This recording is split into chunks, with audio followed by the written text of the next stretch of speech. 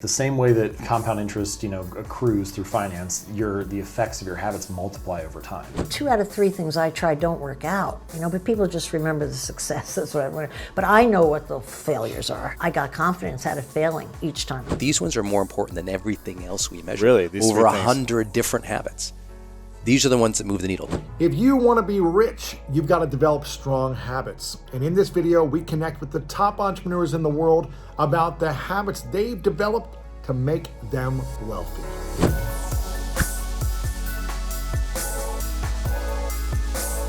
So the 6 habits, the personal habits, and these are the ones that move the needle the most. Number 1, high performers, you like this one. High performers seek clarity more often than their peers. And what that means for them is every situation they go into, they're seeking clarity and setting intention. And it's not like once in a while, they're doing it way more often. It's like, I've been blessed to work with Oprah Winfrey. When she has a meeting, at the start of every meeting, she asks, what's our intention here? What's the intention of this meeting? Not what's the agenda, what do I do? What's the intention? That's every meeting. So she's seeking clarity at the beginning of every meeting. That's why she's so amazing. Right? If you think about her whole career, she was always trying to have people seek clarity on who they were so they could be themselves. That's what high performers are doing. They just do it more often. They seek clarity before they shoot that video, before they have the podcast interview. But specifically, we found 3 practices help you get better at seeking clarity. Number 1, they are seeking clarity in what we call the future 4. So you've probably heard that successful people are more future-minded. It's true. And specifically what they're looking at, if you talk to a high performer, they're more clear about who do I want to be in this upcoming situation. And by the way, it's not about who I am, it's about who do I want to be. They're more future oriented. They're more intentional about who they want to be in social situations. So it's like, I want to have this type of interaction with Louis today. That's intentional. They're more clear about what skills they need to develop to reach their next level of success. Right. Here's how you really know an underperformer. Open up their calendar and look for any evidence that they have planned their own curriculum for greatness. If they don't have classes or courses, if they're not actively skill building, there's no chance of high performance. I mean, maybe they can dumb luck into it for initial success, but high performance is long-term success. You got to be building your skill sets. Constantly growing, constantly learning, constantly growing. Being aware of that. And the last of the future 4 is I know the service I want to provide in the future. Talk to any high performers I'm sure you've interviewed. They kind of know the service and the difference they want to make.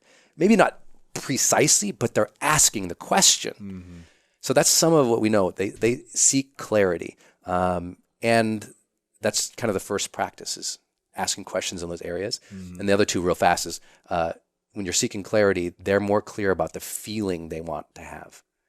Like an Olympic sprinter who's won gold is more likely to have said before he went or she went on the track, how do I want to feel out there? Not like just the result, like when the foot's in the block and I'm arms down, like what do I want to feel? Like they're very aware of the feeling they're trying to get.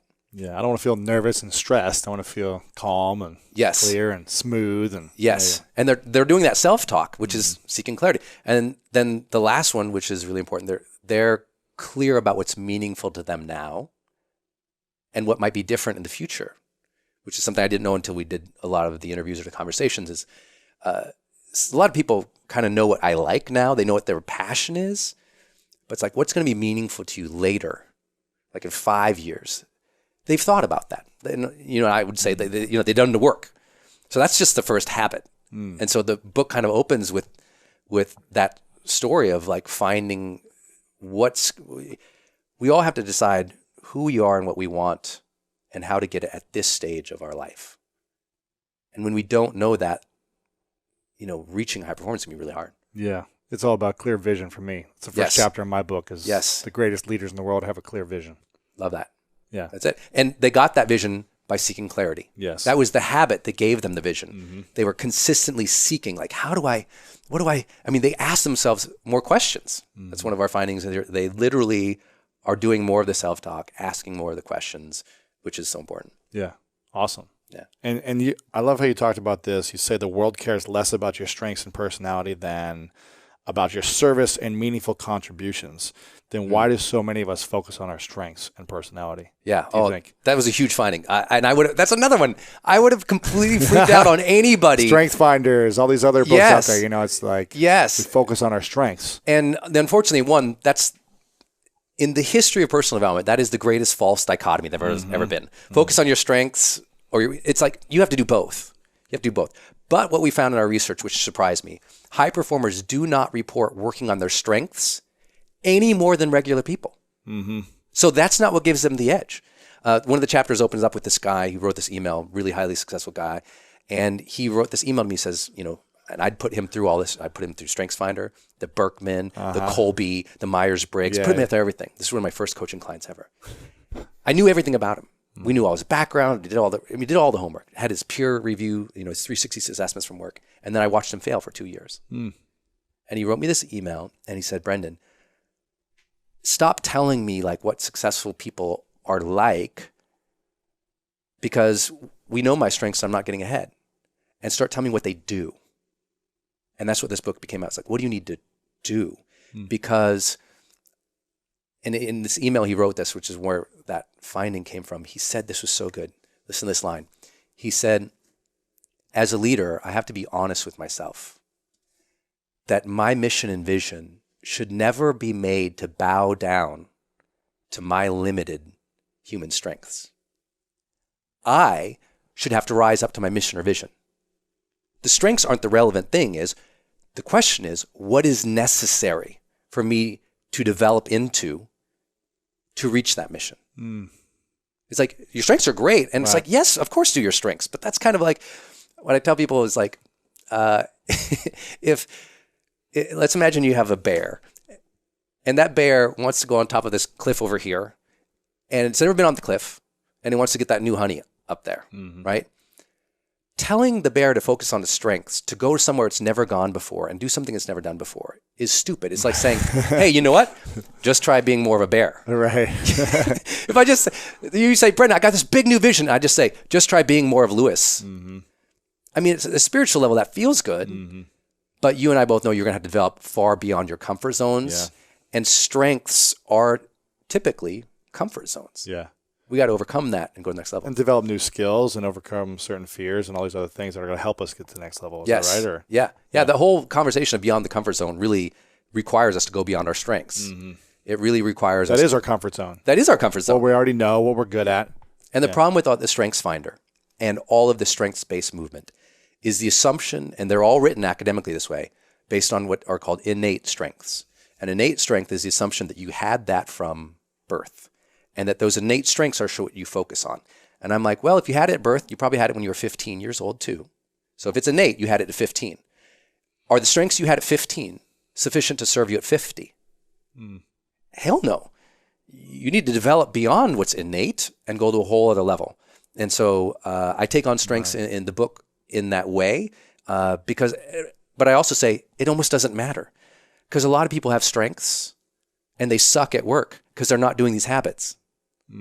I mean, how many people do you know I know who are amazingly strong, and their StrengthsFinders are amazing, and they don't do anything all day? That's it. Yeah, a lot of people. I mean, in the sports world, there's a lot of great, talented people who had the greatest gifts, but they still weren't able to win. Yeah, or they were lazy, or they wouldn't, hustle or sacrifice their body because they just relied on their talents, their strengths. And so they were never able to get to the championship game or get on the best teams because.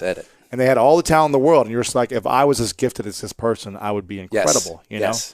I mean, that's the whole thing about the talent code, or a lot of newer research and performance. It just says what's more important is what you do with what you got to develop into the vision of the mission you need to serve. And so the book kind of lays out a lot of the science behind that, and then goes into, obviously most of it's oriented towards the 6 habits.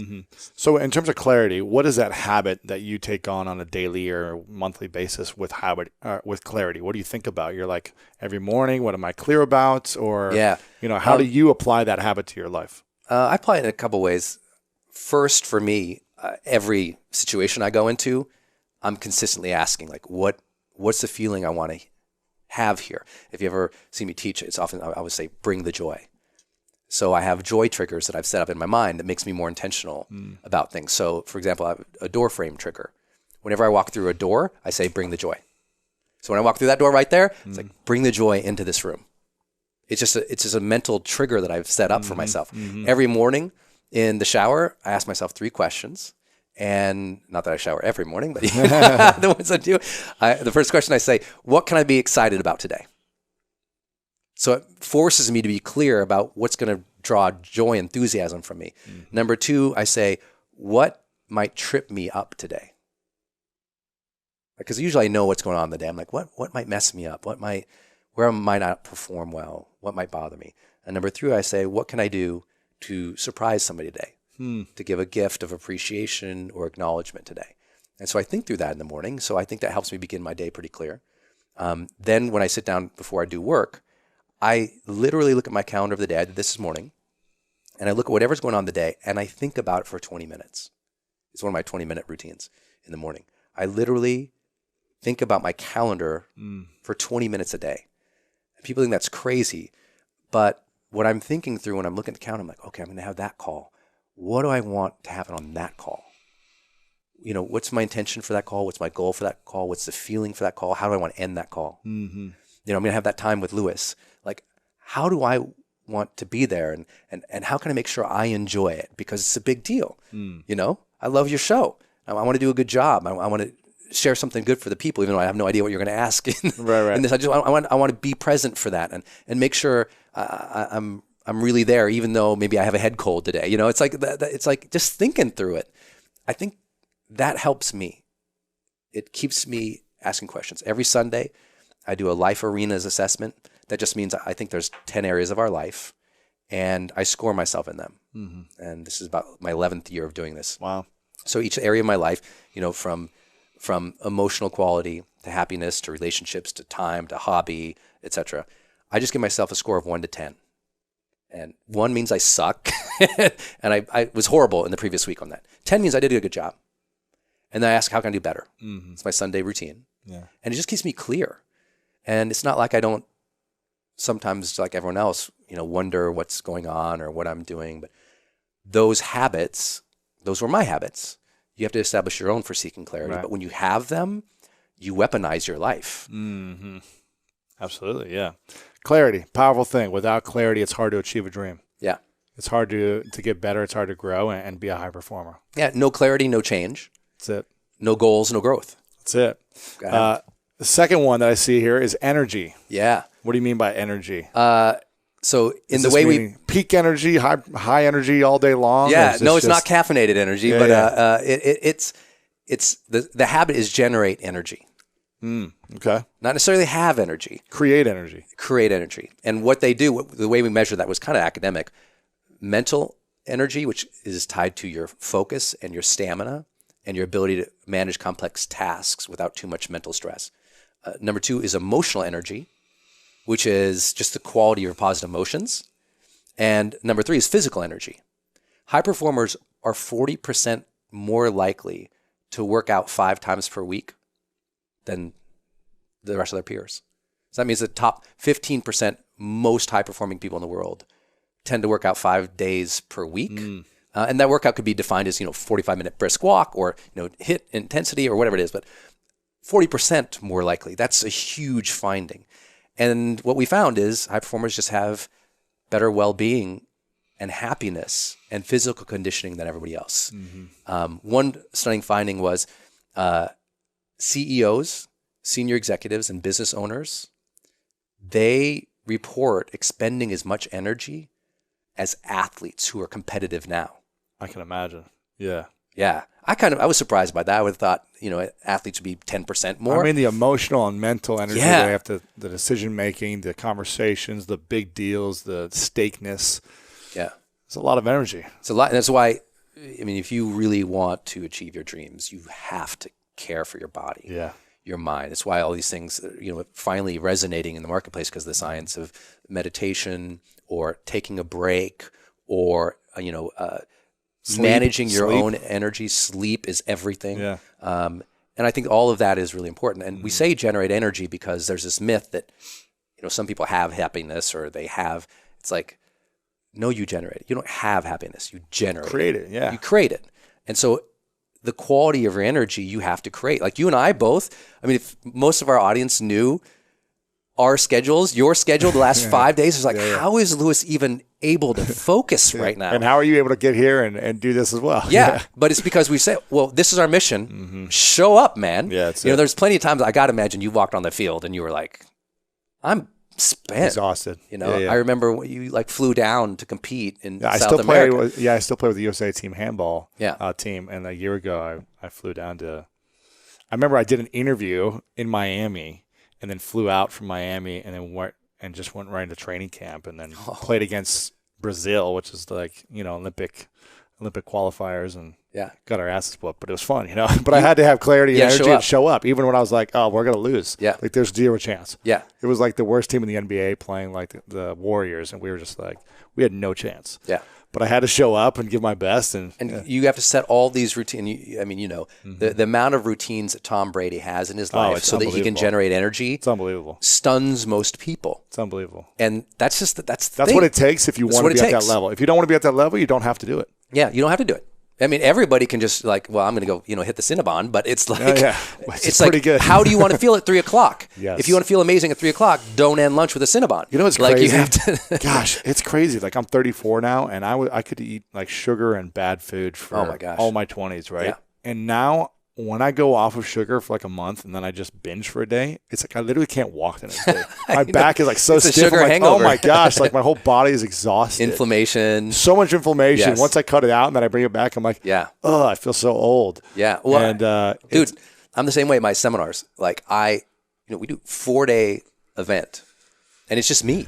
I usually have 1 or 2 big names come in, but it's me 12 hours a day, 4 days, Teaching. and I never sit down. High energy. I never sit down on stage. And super high energy. I mean, really going for it. Not just the clapping and the jumping, but really just spending heart. You know how hard it is. Of course. And I had to, about the same time, when I was 35, I had a famous strength and conditioning coach backstage. He works with me and Usher. And he's like, what do you eat back here? And, another guy came in and strapped the heart rate monitor machine. He goes, I'm equivalently working out at the marathon level every day for 4 days. They're like, you're not eating. I was losing on average 11 pounds in my seminars. And I do 8 events a year. So I was losing 88 pounds a year. It was like, it's horrible for your health. So I had to learn how to eat. I had to learn I do ice baths every night at my events, which smart. No one loves to do that. Here's the thing. I used to do it every day in football, like during the season. Yeah. And it sucks for the first month, but then you start to love it. Yes. I have to do it. You know what I mean? It's like you just start to, it feels so good. So. Feels so good. After stage, it's the like best. 12 hours. So no one says I want a habit of taking an ice bath at the end of the day. But if I want to be high performing on stage, that's the choice. Yeah. Now, obviously, people listening, consult your doctor. Of course. Yeah. And only do it for 10 minutes. Don't stay in for a half hour. Yeah. Right. So, but all those things you have to. So, what are your habits for energy? And the funny thing is, you sit down with high performers, they know them. They can tell you, I do this, and you're like, man, you're on your game. You got it down. Yeah. And they're always probably looking to improve it. Yeah.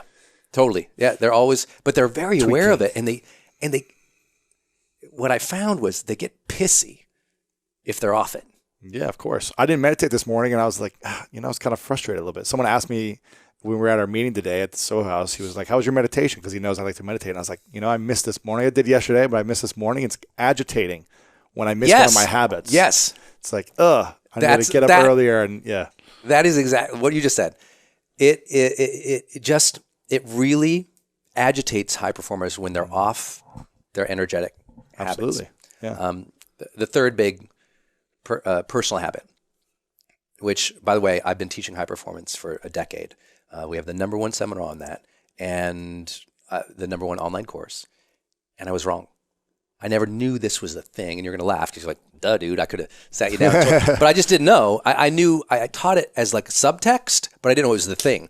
And that is high performers raise necessity.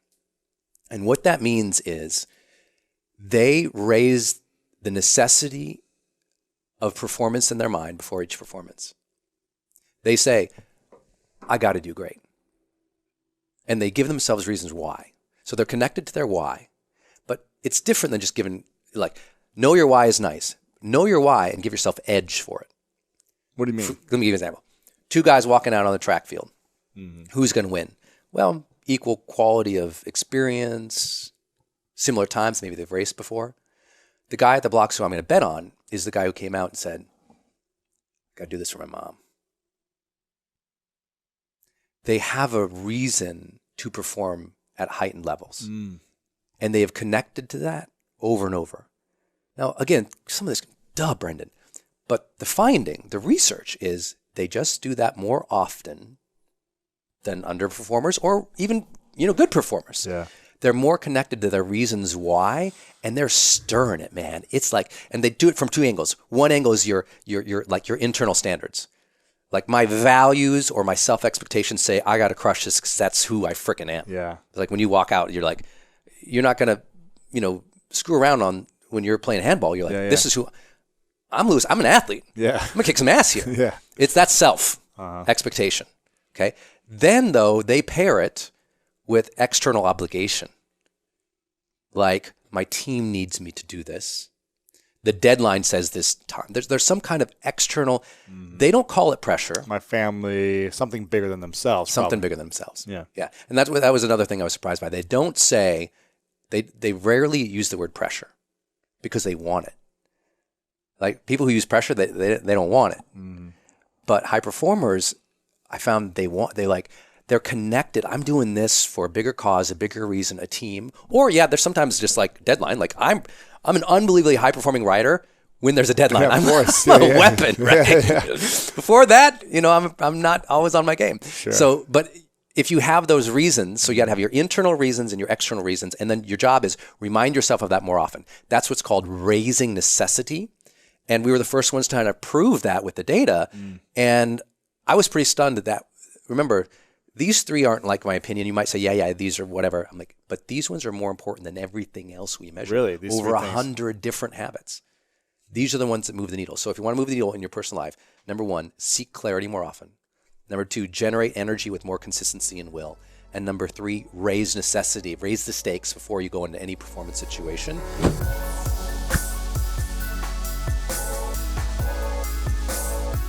One of the phrases I use, and I have this in the book, is that habits are the compound interest of self-improvement. So it's like the same way that compound interest, accrues through finance, the effects of your habits multiply over time.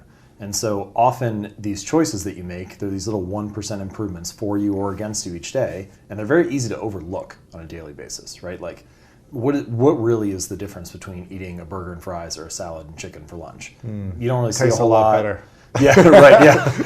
It tastes amazing in the moment. That's actually a crucial point that I cover in the book, which is that habits that are immediately satisfying are more likely to be repeated. And so pretty much any behavior produces multiple outcomes across time, right? Like if you eat a donut right now, it's tasty and sugary. So good. But in the long run, you gain weight. And so the immediate outcome is favorable. The long-term outcome is unfavorable. With good habits, it's often the reverse, right? Like you go to the gym right now, and it takes effort, you sweat, you have to work hard. You have to sacrifice your time for Netflix and chill to go train. The immediate outcome is unfavorable, but the ultimate outcome, you're in shape and in a year or a month or whatever, is favorable. And so the challenge for building good habits and breaking bad ones is often finding a way to pull the long-term consequences of your bad habits into the immediate moment, so you feel a little bit of the pain right now and want to avoid it, and the long-term rewards of your good habits into the immediate moment so that you have a reason to repeat it again in the future. So is it kind of like, okay, I'm going to go to the gym and eat donuts at the gym. So I feel good, but also realize this is going to help me long term. So in the book, I talk about this concept I call identity-based habits. And essentially the ultimate form of immediate gratification is the reinforcement of your desired identity. So you go to the gym and you're reinforcing the identity of I'm the type of person who doesn't miss workouts. Or you show up to write and you're reinforcing the identity of I'm someone who writes every day. And so you get a little bit of immediate satisfaction from being that person and being aligned with your identity, your values, your principles.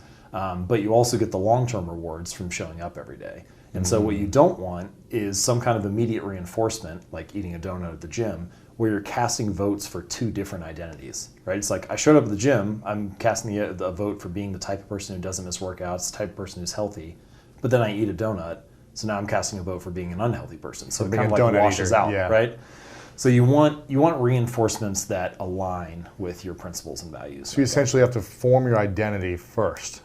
Is that what I'm hearing? So who you want to be. I think that your habits are the way that you embody an identity, right? So like each time you make your bed, you embody the identity of someone who's clean and organized. Each time you go to the gym, you embody the identity of someone who's fit. Each time you sit down to write, you embody the identity of a writer.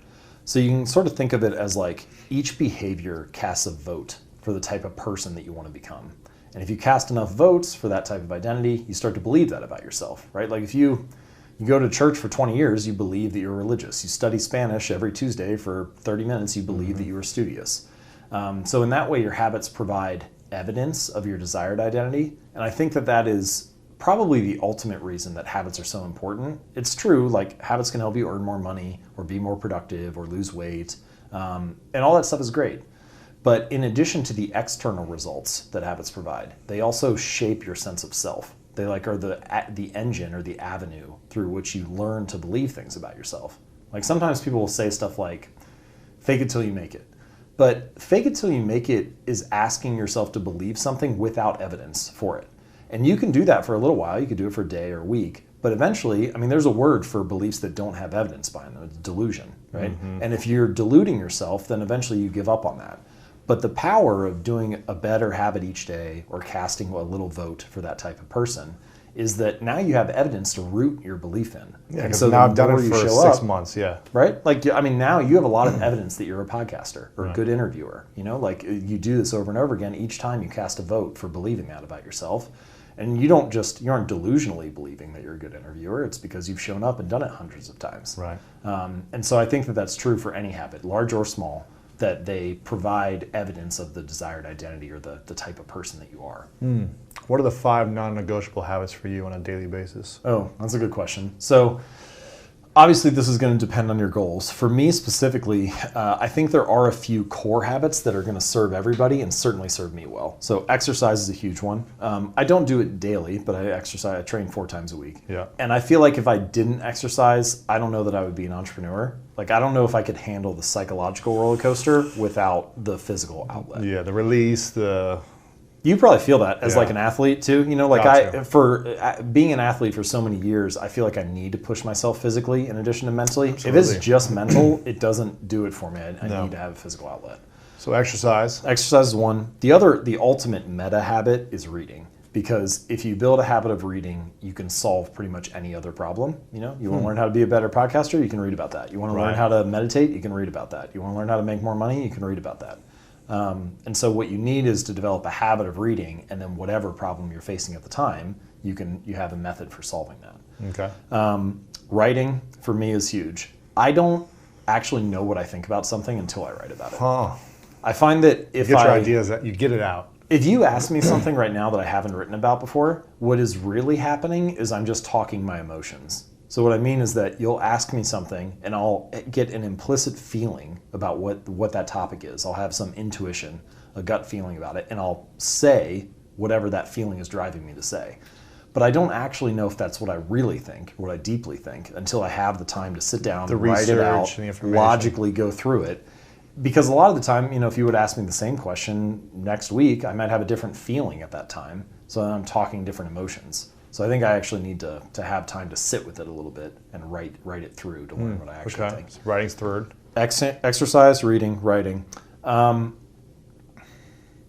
don't know. I would say that those are probably my main 3. Yeah. If I was going to pick 5 and the other 2 that I would add, going for a daily walk would be a huge one. That's one that like I kind of aspire to because I don't do that every day. But anytime I do, it really benefits me. In what ways? Well, you see this with a lot of anybody who does creative work in particular, that something about getting outside and walking, I think this is just me spitballing. I don't actually have science behind this idea. But when your body is moving, it's very hard for you, one, to not be active mentally. Like if you think about someone who's shut down mentally. What does their body language look like? They're usually closed off, their arms, like they're sitting, they're not moving very much. Try to be closed off mentally and be dancing physically. It's very hard to do. If your body is moving like that, it's really hard for your mind to be shut down. Mm-hmm. So that's one thing. It kind of gets like the juices flowing. The second thing, and this is where I'm spitballing, I don't know if this is actually true, but I wonder about your non-conscious mind being like a bottleneck sometimes. And so if you're if you're moving, if you're walking, it gives your non-conscious mind something to do. So you're like, it gets out of the way. And now you can actually like have this stuff arise or think in a different way than if you're sitting. So I don't know. I think that those are two benefits. That's cool. Okay, so that'd be the fourth thing. Sleep is the fifth one. And this is one that I actually am pretty good about. So my cardinal rule is that I don't cheat myself on sleep. So if I stay up late and work till midnight, I'm going to sleep till 8 or 9. Sleeping in. Yeah. Like I'm not going to get up early because I don't want to cheat myself on that. But yeah, I think that those are kind of the core things. It's funny, sometimes people ask like, oh, how can I double my productivity or something like that? And you'll see articles like that all the time, like follow this 1 5-minute trick to double your productivity. But the real answer to most of that stuff is like get 8 hours of sleep a night, exercise, don't eat like crap, and then instantly you have this boost of productivity and motivation. Exactly. I mean, you have energy. The fundamentals are covered 90% of it. Yeah, exactly. You said this, you said you do not rise to the level of your goals, you fall to the level of your systems. What are the systems you created to be successful beyond those kind of core habits right there? Yeah, so this is a really good question. I think first I just want to talk a little bit about that point that you do not rise to the level of your goals, you fall to the level of your systems. What do I mean by that? So often when we set about to change something or to achieve something, the first step is almost always setting a goal. And this is coming from someone like I was very goal oriented for a long time, right? Like you're an athlete. I would set goals for the things I wanted to do in sports, the goals for the grades I wanted to do in class, the goals for how much money I wanted to make in my business. And sometimes I would achieve those, but then sometimes I wouldn't. And so I had this question like, well, clearly I'm setting goals for both, so like that can't be the thing that determines it. And you see this a lot, that the winners and losers in a particular domain often have the same goals. Like every Olympian wants to win a gold medal. Sure. Every job candidate wants to get the job. So if the winners and the losers have the same goal, then the goal cannot be the thing that distinguishes the two. And the thing that distinguishes them is the process, the system behind the goal. And this is also important because achieving a goal often only changes your life for the moment. So like, say you're, just take like a simple example. Say you have a messy room, and you get motivated and you set the goal to clean your room. Well, you can do that in an hour and then you have a clean room. But if you don't change the sloppy habits that led to a messy room in the first place, then you just end up with a dirty room again. Yeah. So it's like treating a symptom without treating the cause.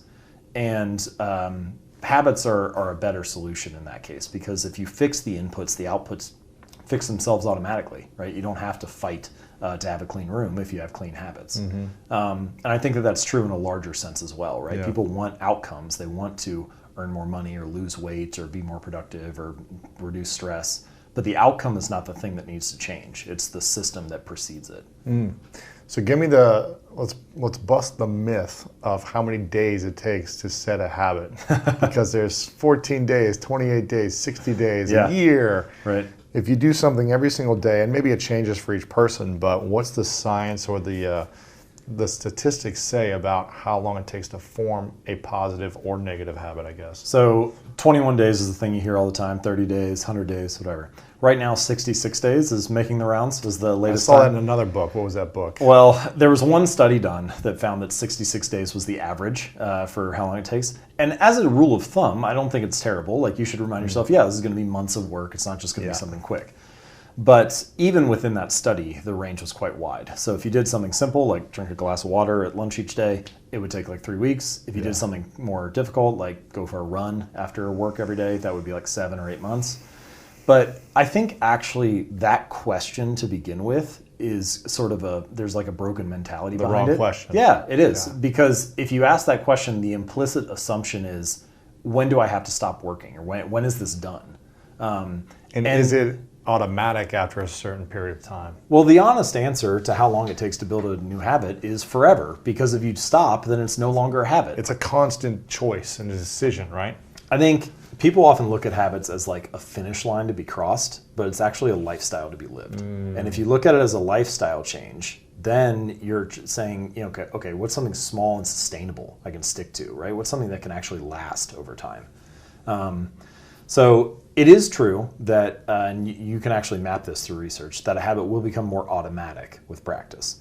But this reveals another important point, which is that there's nothing about the amount of time elapsed that leads to habits being built. You could practice something once in 30 days, or you could practice it 1,000 times. What actually leads to a habit becoming automatic and becoming learned and ingrained is repetition. So the phrase that I like to use is not 21 days or 30 days, but put in your reps. I mean, that's the real thing, is you need to practice. And if you put in your reps, then your brain starts to automate how that process works. Yeah.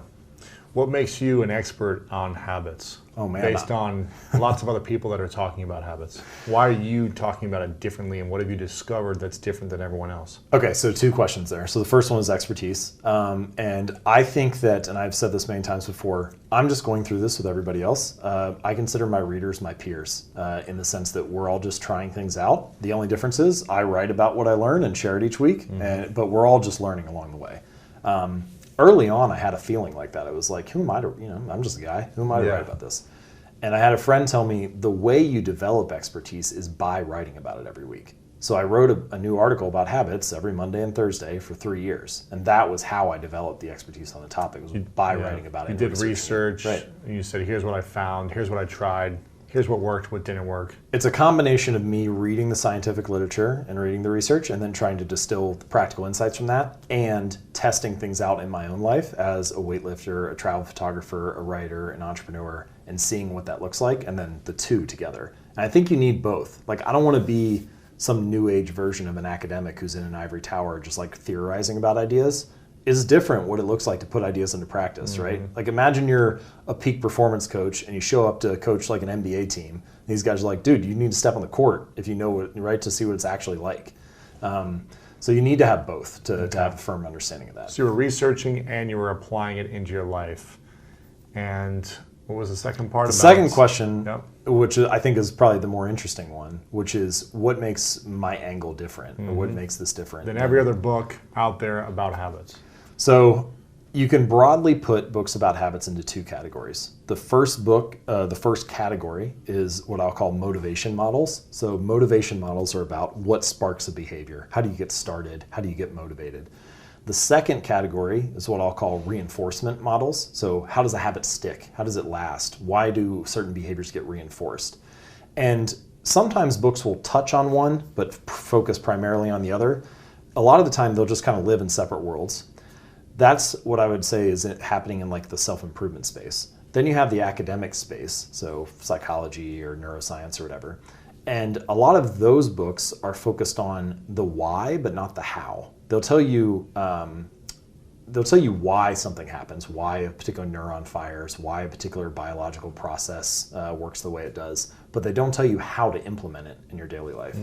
And so what I wanted to do was try to combine the two. Why and how. Yes, a book that is both why and how. Why do habits form the way they do? Why are they important? And then how do they actually work?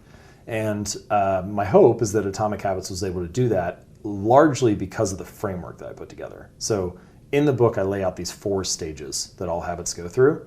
And I felt like we needed a new model because most of the models right now are either a motivation model or a reinforcement model, but not both. Okay. And you need to understand what both sparks a habit and what makes a habit stick. Maintains it, Yes, if you want to be able to understand how they work and how to make them last. And what are those 4 frameworks? So the first stage of every habit is a cue. The second stage is a craving or some kind of prediction that your brain makes. I'll give you an example of these in a second. The third stage is the response, and then the fourth stage is the reward. So you walk into the question I had that no model I could find could solve in any good way or explain in any good way was, why can the same person respond to the same cue in a different way? So let's say you get into the habit of going to the gym at 5 o'clock every day. But then sometimes work gets busy and you don't go to the gym at 5 o'clock. Current models don't explain that very well because it's like, well, the cue is 5, you should be going to the gym right now. It says the routine follows automatically after the cue. Or why does someone walk into the kitchen and see a plate of cookies and then they automatically want to eat it? But you could just as easily imagine that you just got done eating dinner in the other room and you're stuffed and you're full and you walk in and you see a plate of cookies and you're like, I'm stuffed, I don't want to eat anything. So what's going on there? And I think these 4 stages explain it, which is you see the cue or you experience a cue, and then your craving or your prediction differs based on your current state. So the way that you interpret the cues in your life is contingent upon the current state that you're in. The way you're feeling. Right. And also other things like your beliefs or your identity, the social group that you're part of, right? So like if you're in a different group, then maybe you interpret things in a different way. You could imagine one group, they practice a particular religion, they walk into a butcher shop and see pork and they're like, oh, we can't eat that. Right. Another person walks in and they're like, oh yeah, I'll have a pork sandwich because it's obvious and easy and right there. So what you choose is contingent upon how you interpret the cues in your life.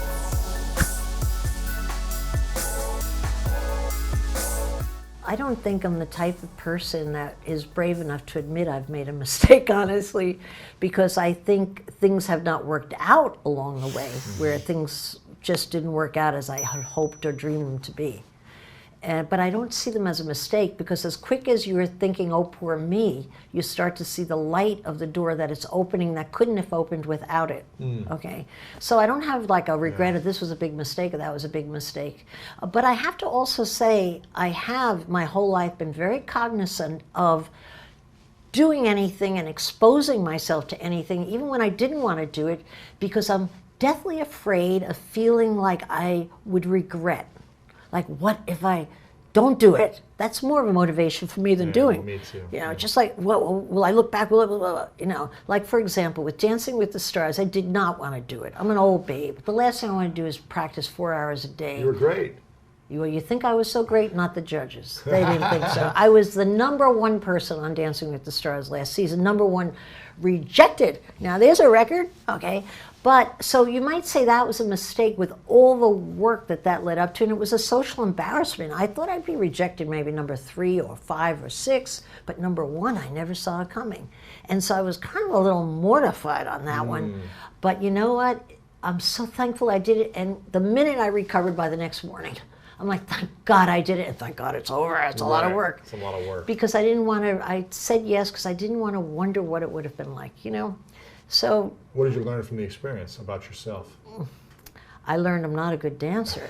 I swear, I've looked at the tapes now 1 year later, when I thought, same tapes I looked at a year ago, I thought, I really got this. But I look at them 1 year, I'm like, I'm stiff as a board. What was I thinking? Missing steps. So what I learned from that is that I can't dance well, but inside my body I feel like I'm a good dancer, and I'll get out on any dance floor and do my own makeup steps, and people really smile as I'm dancing because I don't really give a crap, and I look like it, Yeah, but what did I learn? I learned I learned the same lesson I learned again and again, which is thank God I did it. Thank God, and the injury of, oh God, you did so poorly, dissipates quickly, but there's an echo to not trying something that's going to sting you, I think. Not that I know that, because I really don't do that, but I'm afraid of it. It's like fear of a nightmare that might happen. I don't know why, because I don't really have that in my life, but I'm fearful of it. Yeah, I think that'll sting you for a long time too. That fear of regret, of like, oh, I had the opportunity to do this Dancing with the Stars and I didn't do it. How many years would you think about not, what? Maybe a year, but still a bad year. You know what regret does, I think, and why I've been able to build up my personality and whatever I can get out of and give to life as best I could. What regret does is it quietly takes down your confidence a notch. Because in short, you were a coward. You shied away.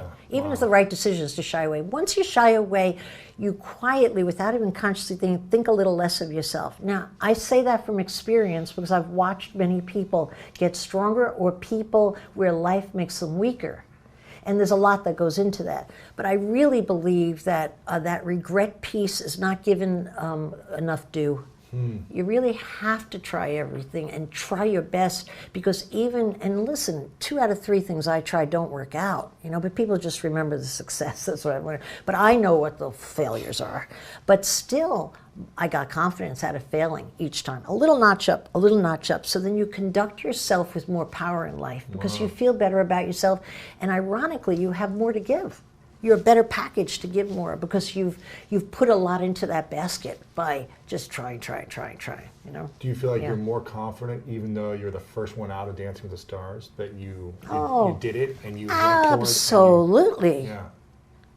Absolutely, I'm more confident. I got a lot of confidence out of that because every female friend and male friend I had that was even close to my age, They were like, I can't believe you even went for it, right? They said they would discourage you, you're out of your mind, but I won all their respect, and they constantly say, that was amazing. That was amazing. So even my friends that kind of took me for granted think better of me. I went up a notch in their head, you know? It takes a lot of courage to do that. It takes a lot of courage to publicly fail, but I happen to be very good at public failure. Really? Because I've done it my whole life, and that doesn't bother me. I think what I didn't want to happen was that I would look foolish or old dancing with a 24-year-old ripped stud on the floor until I realized it feels really good to lean in on that guy and let him spin you around that floor. And how many of my girlfriends are having to dance with anybody like that lately? There you go. That's a good way of looking at it. Yeah. What would you say? Why are you not afraid to fail publicly? Because you know what I've learned? Nobody's really watching. Nobody gives a shit. Yeah. Everybody's they forget about it the next year or whatever. Or no, maybe even in the moment. Because the truth is that people, most of all, are thinking about themselves. So just when you think the limelight's on you and everybody's going to say, God, is she stupid? God, why would she say that or do that? The minute they've given you that one moment of attention, they're back onto their own problems, their own selves. So it's like overstatement of your ego to think you're really that important. Right. You know, you could just move right on. We could distract people. You try the next thing, their eyes on that if you're lucky.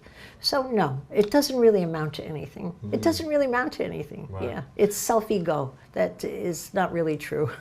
That's interesting because you say that most people are focused on themselves. So when you mess up publicly or you fail publicly, they'll think about it for a moment, but then they're on to their own thing. If you're lucky and they notice. If you're lucky, you notice. And most people won't notice. Yeah. It just feels like everyone notices. Yeah, right? definitely. It's But called shame. Right, exactly. Yeah. But what about when you want people to have the attention on you for the things you're doing good?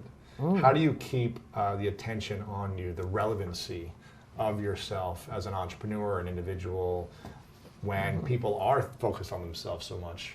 How do you keep them thinking about you, your brand, your business, your work, your mission? You have to think of a way to grandstand. You know? What do you mean by that? Good old-fashioned grandstanding. Like I built my Corcoran Group brand on the backs of the New York Times and the Wall Street Journal and the New York Post, without a doubt. I would think of all kinds of crap to get media attention, okay, as long as my brand name was in there. Really? The single best thing I thought of, which was really just an attempt to get publicity when I couldn't afford advertising because it was a bad market, was my Corcoran report. And all that was a one-page report giving the average sale price of apartments in Manhattan, is how I labeled it. I was too stupid to know that was a wrong label. It was just my 11 sales. But it was on the front page of the real estate section, Really? and I was quoted on the first line. And boy, that was an eye-opener. That's how I learned that publicity can build a brand. Today's version of publicity that I look for in all of the entrepreneurs I invest in is how good are you at social media? I don't care if you're in the sock business, if you're in hardware, or what's going on. How good are you at social media? What's your following? Those are the key questions now. How good are you at building attention through social media, because that's the new free ride. Not really free, but to a large degree free, just like the New York Times and the Wall Street Journal were my free ride. Okay, so you have to be creative, I think, in thinking of how you can grandstand. And so what's like, I don't know, I'm thinking, what's a business right today? Like, well, I don't want to use Cousins. We already talked about Cousins. Like Grayson Lakes, which started out as a baby sock company. Phenomenal entrepreneurs I have. Is this the long lady stocking? Yeah, with the little lace on top. I bought some of those for a girl before, yeah. And they make girls look sexy. They make them look great. And they're well priced and they're beautifully made. They're nice, they're elegant, they're sexy. Well, now it's a full fashion line, and it's I think $17 million in sales this year. Wow. But what are they particularly good at? There's a husband and a wife team. Melissa, the wife of the team, has gorgeous long legs. You may remember her from Shark Tank. Her husband's more of a nuts and bolts guy, but great at business. What she does is she constantly models and talks directly to the camera. She has so many people that love her. She has limited editions. She sells out constantly. Wow. She's great at social media. She knows how to primp herself, look sexy, talk to the ladies, and get sales. Okay. So she uses her assets, her skills. But she does on social media, and that's built their entire business, social media. Wow. Yeah. And did I answer your question? Because I feel like I somehow got lost in my... How do you stay relevant when things are going good? Because when your things are going bad, they'll look at you for a moment, maybe, where it seems like everyone's looking at you, but then they forget. How do you stay relevant while you're growing or while things are kind of going the same? I'll give you another example. I have a company I just bought in this past season. I was out of my mind to buy into them. It was two guys with a product called Comfy. It was a sweatshirt blanket. You slip into it, it's like a sweatshirt, but it's actually a blanket. Okay. Why I say I was crazy to buy into it, none of the sharks, they were smart enough not to, is because they're two loudmouth guys having a good time, pitching their product, and they had no inventory. They had handmade their own product. Two prototypes, had no idea what it would cost to make, what they'd sell for, who they'd sell to. They had none of the answers, but they're great salesmen. And I said, I'll take 15 or 40%, whatever I got of it, boom, just because they're great salespeople, all right? And what they have done is they've done in their first year $11 million in sales. Wow. They found a way to produce it and sell it. But a couple of weeks ago, it was very quiet. They have had social media coverage to the moon and back, but it was very quiet, and they hand-delivered, and I wish I could remember the famous actress name, sexy, cool, long-legged actress. I'm so bad with names. Whoever she was, I think she was the same actress who closed the Oscars the other night. I might be telling you. I didn't watch it. But shame I on watched you, the my highlight man. videos, Oh my I was God. on a plane. Oh, come on. Yeah. All right. Well, anyway. I saw your little watch party on Instagram. So lonely, yeah. But anyway, they sent hand-delivered to her front door how they found it in Hollywood, the package, and she put on video her jumping on her bed in it. They, quicker than a second, started a social media campaign, people competing with the jumps. They're Johnny on the spot. That's smart business, okay? They're causing attention. They made it happen, and then they're going to write it again, and it's going to be all over social media, all over. Yeah. They're annoyed with me that I'm here because I don't have their product because they want me jumping on the beds. You know what I'm going to do? I'm going to put the hood on. I have one girlfriend that has gorgeous long legs. There you go. I'm going to Photoshop my head in to her long legs, and I'm going to win the contest. Perfect. I like that. So grandstanding now is like more influencer marketing. If you can find creative ways to that's find a fancy way to put it. With an audience, maybe it's a micro audience or a large audience. Or create an audience of your own one by one. But you really have to be able to grandstand. Yeah. I know you talk about the keys to entrepreneurial success a lot, but for those who haven't heard you talk about it, what are you think some of the smart ideas in business right now, the smart industries to go into if someone's maybe talented, maybe they sold a company or they're trying to start as an entrepreneur. What's an industry you really like, a product section you really like? You know, is software, is it coaching, is it consulting, is it an agency, is it physical goods, food? What's the type of category you really think is smart? Really none of the above, okay? It's not my cup of tea to think of an industry that you can, there's certainly leading industries. I don't believe that's where your head should be if you're thinking of going into business. I think your head should be is what do you enjoy? What are you naturally inclined to be good at? What were you always good at? These abilities don't change much. Whatever you're, if you're gregarious as a young kid, you generally don't wind up as a bookworm. You know, when you get older and get a head on your shoulders, you're still gregarious. So I think what you have to do is think, what would suit me? What could I visualize myself doing where I could picture a happy picture of myself, you know? And I think most people are capable of dreaming that up. I don't think it's an analytical kind of left brain kind of thing where you apply yourself to your best shot, like going and playing blackjack and putting your chips on the right thing. No, I think you have to figure out, you're the table. Where should you put your chips? What's on you? What's true to you, okay? And so for me, it took me 22 jobs to find real estate, but the minute I was out opening keys, opening the doors and chatting people up, and it didn't feel like work, and I was the boss, I knew I was going to be the queen of New York real estate. I knew it as sure as I knew my middle name was Ann. I just could see it in my mind's eye. I never had that vision when I worked my other 22 jobs. And the other thing, it's sort of related to what you asked. I think it's such wrong thinking that you have to choose your spot. I think it's like finding out what clothing you look good in. You got to go try a lot of shit on the rack and see what works with you. And then you kind of, little by little, kind of get your look on what looks well with on your body type, your personality, the colors that are good. I think you find yourself little by little. It's very hard to sharpshoot. It's not that kind of a thing. Yeah. And you know, often the people, I know so many entrepreneurs well beyond or well before Shark Tank, peers of mine in many industries that have succeeded. No one ever went after that industry. And so that's what I want to do. But you know what made the biggest difference in a myriad of those, if that's a word, a selection of those people, that made the biggest difference was they came along someone they worked for who believed in them. Getting one good boss that gives you an opportunity is worth 1,000,000 intellectual thoughts and Harvard MBAs grouped up in a pile. Because you kind of can sometimes need somebody else to see that light, or you get into something you never thought you'd be interested in and you really love your job. And then that winds up being what you do for a lifetime. Yeah.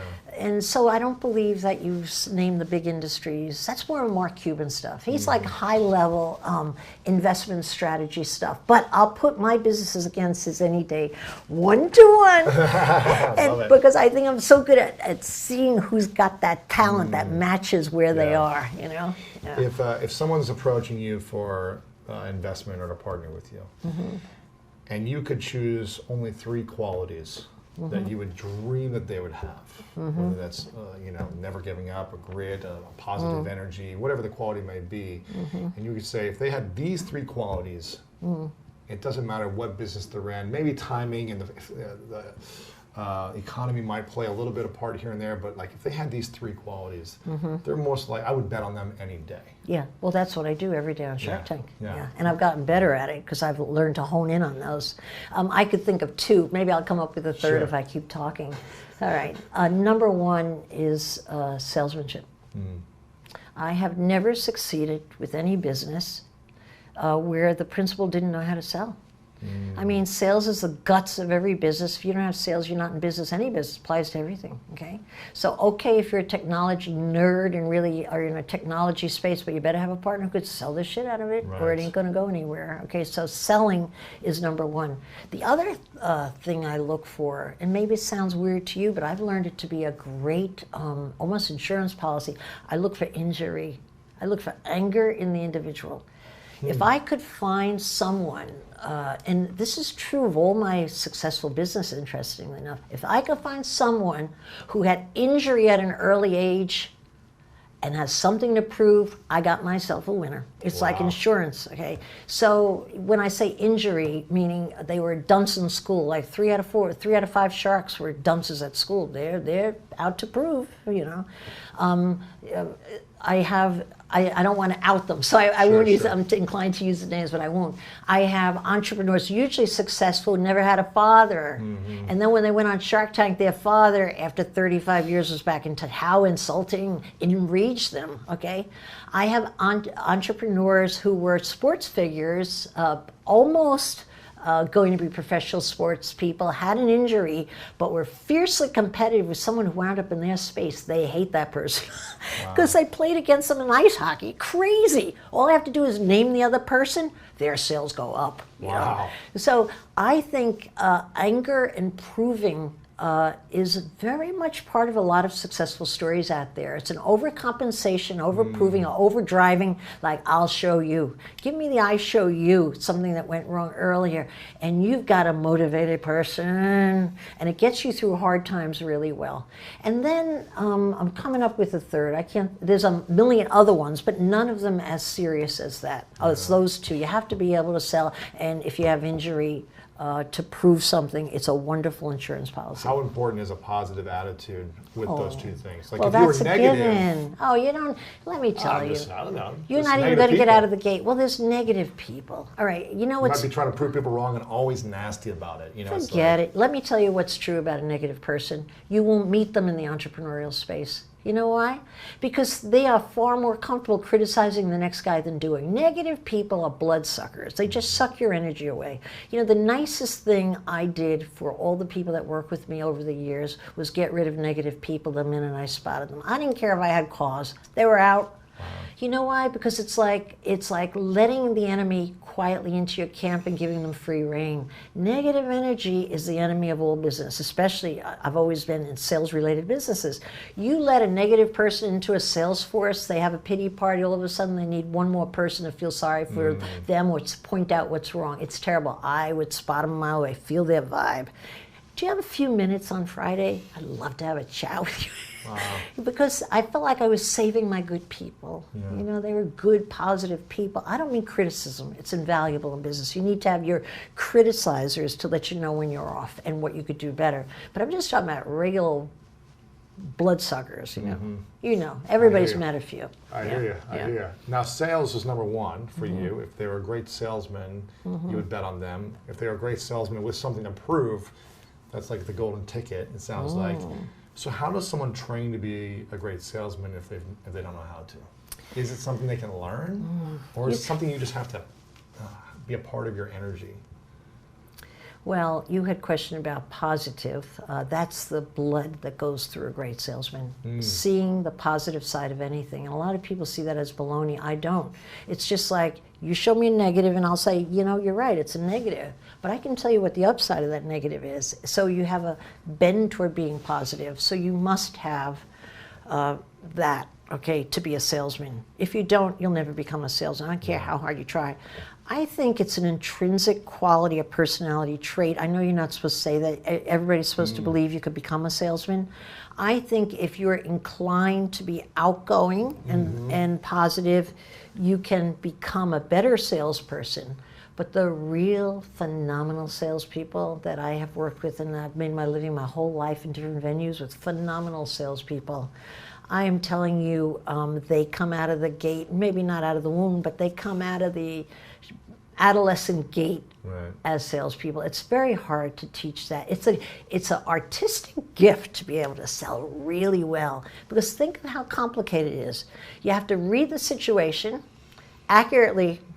You have to read the person and think of how you could use them in the way that they want to use themselves and thank you in a thank you note 12 hours later thinking it was their idea. That's a complicated little thing, right? And you need to think of how that person could be used for your long-term goal of the picture you want to create. So that's very complicated math in the head. And that's what great salespeople do.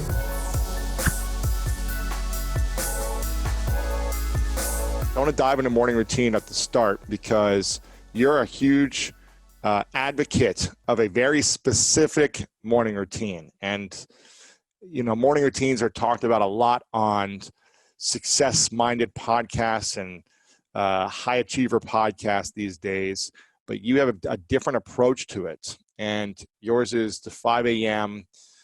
Morning routine, which is the 20-20-20 plan. And first, I want to ask if you can talk a little bit about what that plan is, why it's more powerful than other morning routines that people might talk about. And then I want to ask you a follow-up question on it after that. You know, Lewis, I've been teaching morning routine for 24 years. I wrote a book years ago called The Monk Who Sold His Ferrari, where I talked about the ritual of early awakening, and I talked about the 5 a.m. club. You know, the Spartan warriors, I learned a lot from them. These are human beings that were fierce in the resolve to do amazing things. The Spartan warriors had nobility and honor. Look at the world we're in right now. We need to do what it takes to become stronger as well as more compassionate. The Spartan warriors' mothers used to actually say to them, come back on your shield, come back victorious, or don't come back at all. Wow. And the Spartan warriors also used to say, sweat more in training and you'll bleed less in war. And so we live in a world, obviously there's COVID, but I think this is a time of incredible unrest. We've got social unrest for all of the injustice that has been out there for so many years. We've also got a financial crisis, which I believe is going to get much worse. Really? And for sure, I'm no financial expert or an economist, but I mean, if you look at You look at all the quantitative easing happening right now, and if you look at the low interest rates and all the encouragement that we buy more and spend more right now to pump and jumpstart the economy, we're just pushing the inevitable collapse further down the road, I believe. So I think we have the coronavirus, and we've have some early optimistic trials on the vaccine, which I'm very encouraged about. And then we've got all these other things, including an environmental catastrophe in the making. So with that context, I think one of the most important things a human being can do is press the pause button each morning while the rest of the world is asleep and ask yourself, how can I fortify my mindset? How can I insulate my heart set?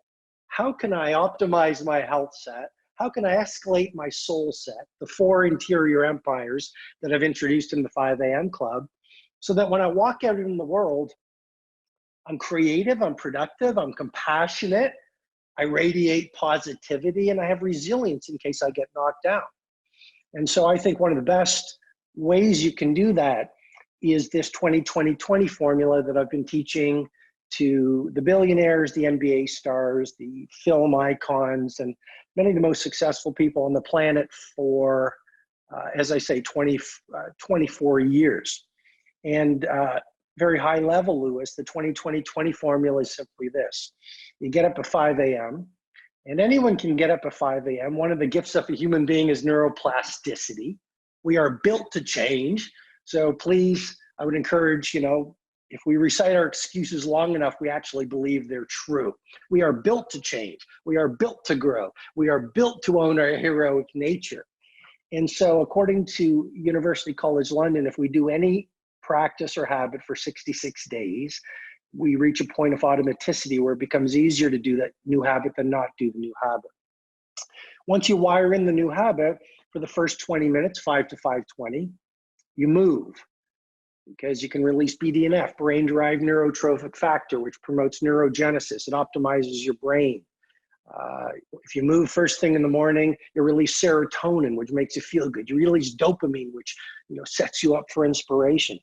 Second, we can get into it more deeply, but second pocket from 5:20 to 5:40 is reflect.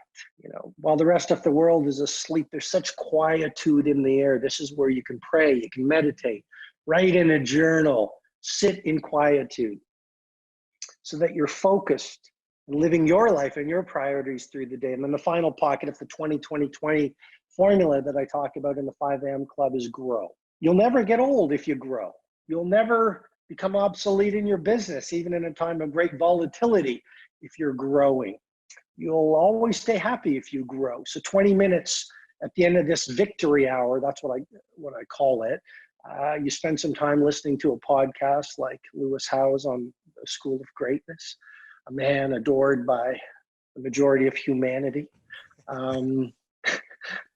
You listen to an audiobook, you read a book, you study your battle charts. And anyway, that's a really rough, general way to explain the 20-20 formula that is currently helping millions of people navigate this hard time. Does it matter the sequencing of 20-20-20? Do you need to move first? Can you meditate first? Do you grow, or is that a process that is proven scientifically? The process has been proven in the trenches of elite performance for a long time with my clients. Yeah. And having said that, I would say the 20-20-20 formula is minimum viable morning routine. Mm-hmm. And you're a biohacker. I'm a biohacker. I'm a productivity hacker. I'm a life hacker. And so I would say, do what's right for you. It's like this whole field of personal mastery and leadership that we inhabit. I'm not one to say you must do this, because we all have different learning types. We're all on different journeys. Mm-hmm. Someone might be right now upgrading their spirituality so they connect with their crusade and their higher power in this time of house arrest. Mm-hmm. Other people are creating their masterwork right now. So I think we have to find the morning routine that works best for us. What about people that say, you know what, I'm just a night person. I think at night, I work out at night. That's when I meditate. I strategize the next day at night. And I've tried the morning. It just doesn't work for me. What would you say to that? I've had a lot of night owls who have. That's a great excuse, isn't it, to be a night owl?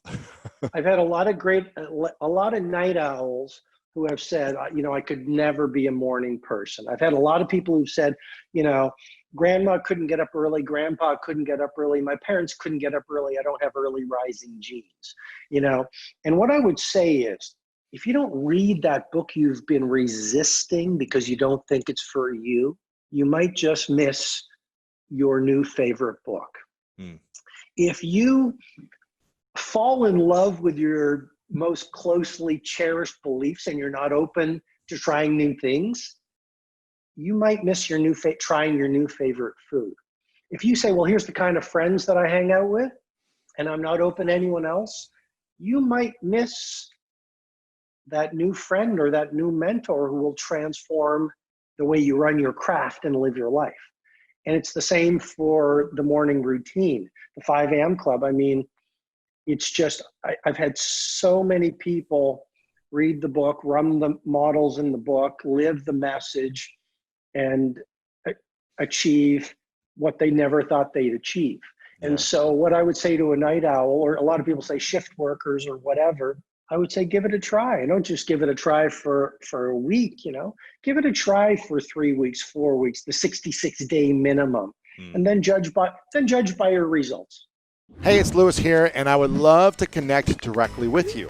Text me the word YouTube to my number 614-350-3960 to receive weekly inspirational messages from me. I did this I was getting up at, not that I was in competition, but I was getting up at 4:50 a.m., Robin, for a few months, a couple of years ago, and I was doing a 5 a.m. workout, and that's how I do it. So I was spending an hour in the morning working out at 5 a.m., then I was coming back and meditating and strategizing for the day. And it was extremely challenging for me for the first month. But then it got better and better. And I started to make it something that I was proud of, or I would call it beating the sun. I was like, I'm going to beat the sun tomorrow. And I'm going to wake up, and the first 20 minutes are not fun for at least a month. And maybe it's never fun in the first few minutes because it always feels more comfortable to sleep until your body really starts to find a routine and a rhythm that, okay, you're just going to bed by 8 or 9 and you start to appreciate that process in a different way. You might have loved being up late before in its own way, but this is a new way to find appreciation. So I'm not in that space right now. My girlfriend moved in, and I said, you know what, I'm going to allow myself to sleep in a little bit with her and experience something different. But I tell you what, I always feel more productive when I'm consistently waking up earlier, even if it's uncomfortable. Well, there's a line in the 5 a.m. club, which is all change is hard at first, messy in the middle, and gorgeous at the end. Yeah. And so you were telling me, I don't think you'd mind, but before we go ahead started recording, you were sharing how you're running more, and it's like the first time you run, it's like the first time you ski, it's like the first time you fall in love, it's like the first time you play chess. I mean, we stumble before we walk, and then on shaky legs we embrace the new habit. And that's the very nature of personal transformation. I mean, every master was once a beginner, every professional was once an amateur. And so this idea that we need to be masters right out of the gate, that we need to, get up at 5 a.m. and instantly it should be easy. Well, falling like a great relationship isn't easy. Building a world-class business that stands the test of time isn't easy. Becoming a maestro or any kind of a virtuoso, it's always a process. I mean, I know you interviewed Kobe. Well, I think what made Kobe was his intense, rigorous practice over many, many years. Yeah. He just out-practiced everyone around him. And I think, we live in a world of easy. We want the easy morning routine versus the morning routine that'll give us the greatest payoff. And there's a reason, Lewis, that a lot of the great saints, sages, poets, military leaders, world changers got up at 5 a.m. and before the sun. I think it's the quietest time of the day.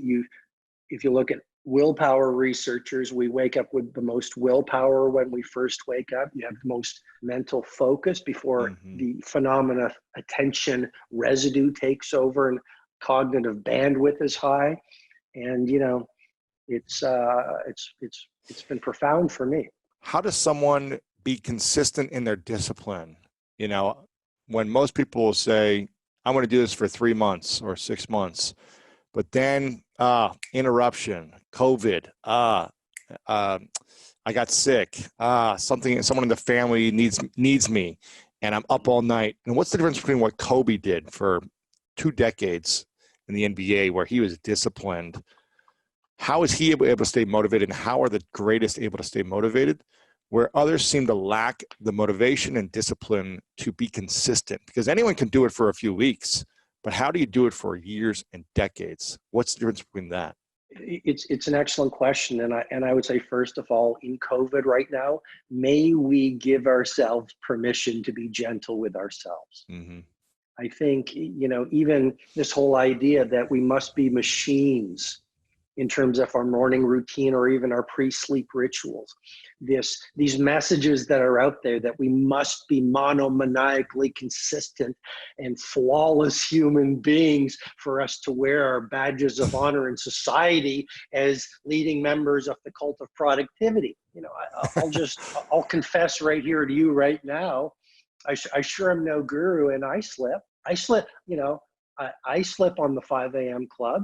I have had those evenings where I feel like a few extra chocolate croissants. And I just think we must give ourselves permission to be humans. I think, you know, I was flying on a little plane from White River, South Africa to this game reserve, and the pilot let me fly the plane for a little while. And he kept on saying, you know, the winds are going to push you off course, and just, you know, keep that, I think it was the altimeter or whatever, but just keep it in the center. And so the currents, Lewis, would pull me off course. And then I just, you know, look at the dial and I'd come back. And I really believe, you know, that's how we live our days as human beings. I mean, I'll get up and sometimes there's a current, like you said, you know, a child who kept you up at night, or it's the pandemic. So maybe you're worried, or maybe you've lost a job.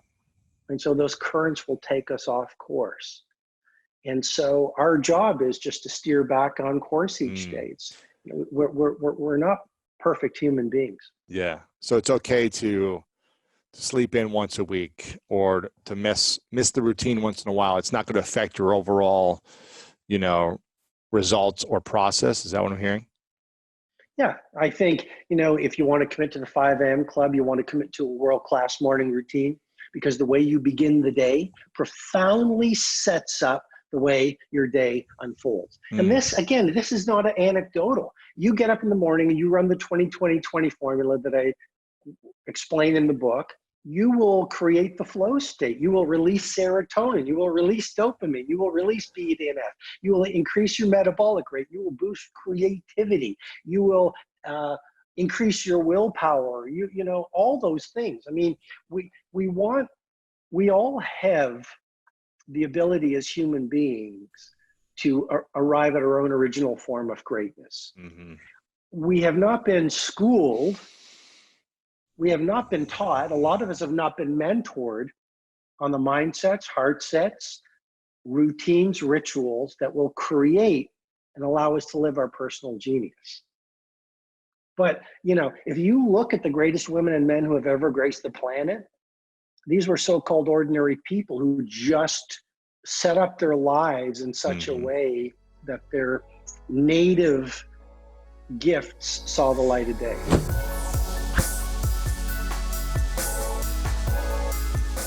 People buy from you, will love you, will learn from you, will give you a promotion when they feel understood, not when they understand you. And that was one of the biggest lessons ever. When you watch someone who is so full of knowledge, so full of wisdom, and wants to sell their product, sell themselves, get the raise, close the deal at the boardroom, they always want to just exude who they are, their credentials, what they have, and how they could solve the problem. And that will get you so far. Like, being great at sharing who you are will get you out of Egypt. Understand how people feel and letting them feel understood will get you to the promised land, right? So when you go to an audience or you're talking to close a deal, most people want to share. Most of the time, you just need to be quiet and find what's going on in that person's life. Be an expert at the temporary state of mind. Like, understand what they're going through at that minute and let them feel understood. When you let people feel understood, when someone's watching you, and you do an amazing job, dude. I've been watching you forever, and I love what you do. But when someone watches you and go, man, that guy gets me. He understands where I'm going at. He understands my struggles. He understands where I want to go. That's someone I can hitch my cart to, rather than someone who's got great credentials and tells you can go, I understand that person, but I don't think he understands where I'm at. Right. And so the two things when it comes to an infomercial, comes to anything with persuasion, the two things I always tell myself is, how do I make sure that person feels understood? And secondly, how do I enter a conversation going on in their mind, not mine? You know, when you were on your sister's couch, you had different struggles, right? Absolutely, now I come to Doheny Drive in LA, you're in a completely different world, completely different space, flying to the White House and all this stuff that you got going on. The conversations in your head have changed dramatically from when you were on your sister's couch to now. So what happens, and I've watched this with marketers and people in business, as they evolve, they hit a certain, you remember that pain, that passion, the desire for more. I mean, you could probably close your eyes right now and remember that desire and thinking, am I ever going to make it? And even a little bit of envy for maybe some of your buddies who made it, or a little jealousy. Doesn't mean you wished ill thoughts on them, but it's like, damn it, they made it. I don't have it. What if I never get it?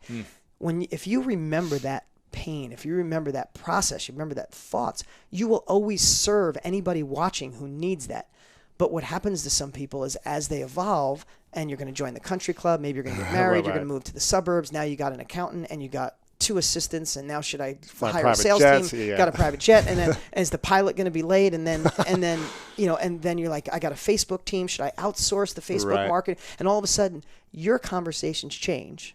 You get to do an interview, or you pitch on camera, or you do an infomercial, and all of a sudden you're having conversations in your head, and your audience feels disconnected. And you don't even know why. You're like, what did I miss? Because now you're asking questions of a completely different group, because you've evolved. So the two things, again, I always go back to, even before I turn the camera on, before I go on stage, before I do an infomercial, I said, people buy from you, love you, adore you, will learn from you if they feel understood. And I want to enter conversations going on in their heads, not mine. Wow. Powerful. So two simple, like such simple little things, but it's a foundation for persuasion. Amazing, man. So what are some of the habits then that you learned over the years that the millionaires have that the rest of people don't have? So this one's gonna sound crazy, but this is one that I shouldn't say it sounds crazy. It sounds too simple. But this one has been a passion of mine for the last probably 2 years more than ever, last 6 months especially. I told you before with being a dad, you know, you always want to be able to look in the mirror, no matter how much money you're making or what you're doing for a living, and look at that person and say, are you good with you? Like, are you compromising who you are? Are you going against your values to be successful? But, you know, you have to have that conversation with the man in the mirror, right? Yeah, absolutely. But when you have kids, it compounds times 1,000. Anybody watching who knows exactly what I'm saying. Kids don't do what you say; they do what you do. So you have somebody watching. If I want to be the best dad possible, I need to keep evolving and faster than ever. So I would say a morning routine, this is just one of them that's been huge in my life, is setting my day up for success. And you know, in an interview like this, there's so many different directions we can go, but I want to give some really strong takeaways here. Is everybody watching, we suffer on all different levels of suffering. Some people suffer on a high level. Some people suffer because, is the job going to get done? Is the deal going to come through? Like, we have these moments of suffering, no matter if it's 5 minutes of suffering or an hour of suffering or months of suffering. Right. Some people lose a relationship and they suffer for years. Some people have a partner take their money. They suffer for years and they're stuck in that. And if you can limit the time you suffer, the more you can work on the solutions to better your life. People stuck in suffering are stuck forever. And we know, right now I'm saying it, and you're thinking of friends that you have that are stuck. They went, found some suffering, and they just crippled. Or moments where I was suffering and I didn't let go of it. You can't let go of it, right? Or I held on to it for too long and it hurt me. Right, and if you hold on to it, there's not enough energy or focus to keep moving forward. That's when you stall, right? Yeah. So I've been on this obsession, and literally Tony Robbins flew out. Him and I got really close. He flew out, and him and I had lunch about 9 months ago, and he's on the same thing of like eliminating, like, complete suffering gone. Like, instead of it hours or weeks, it's moments that you catch it. So morning routines help me more than ever. Right. And I'll tell you mine.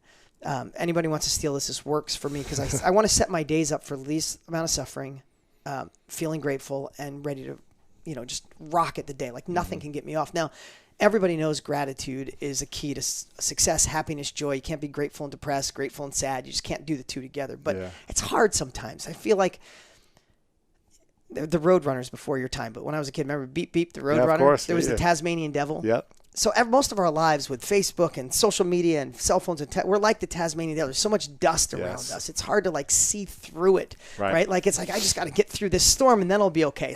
You want me to set a goal and be grateful? Like, how do I get out of this dust storm, right? Sure. So I just obsessed on how do I start my day to make sure it doesn't happen. So one thing I do is at night, I put my phone on airplane mode. And for the last year, especially when I wake up in the morning, I do not check email or texts. Because I can't. If I check email or text, especially in bed, right? Right. And and I've done it for years. I'm not telling you something I haven't done, but the great text put me in a good mood. Bad text, I become the. Or you felt anxious. Yeah, and you feel like, I should get this done. I should just get this out of the way, right? And you become the thermometer of life. Life just grabbed a hold of you, and they're going to tell you how your day is going to be. Right. I don't know if I'm going to adjust you on the heat up, the ice cold, or stressed, or anxious, so I leave my phone on airplane mode, and the first thing I do is I feed my soul, right?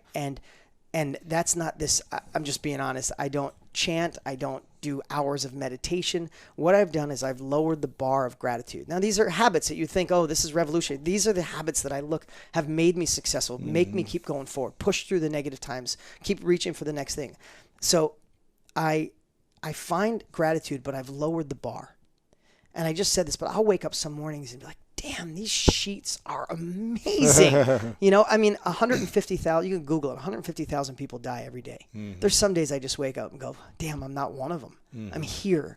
And when you can find gratitude on the lowest level, I conquered, I did. Look, I see your wall. You've interviewed such amazing people. You got to be so proud of yourself. I look at it, I admire it. That's amazing goals, but sometimes we just set ourselves up until you get the next one of those pictures up there. The rest of the stuff is just mundane. It's not. We're in this beautiful world. We're blessed every day. We're learning every moment. Even an interview like this, take all the stuff I say, throw most of it away. If you get one thing I say today, it was worth your time with us being together today. Just one thing, right? Yeah. So I find a way to be grateful in the first few moments I wake up by lowering the bar. No big special thing. Or sometimes I'll open a book like I just read The Untethered Soul for the second time. Love that book. I'll read 2 sentences out loud, and then I feed my body. So I immediately get up and I do, it's just my personal thing, but I do a big glass of water with a lemon, a green juice, some essential oils, and I down that because I feel like I'm feeding my body. And then I go move, whether it's workout, run, exercise, and someone isn't working out, I just move. And those 3 things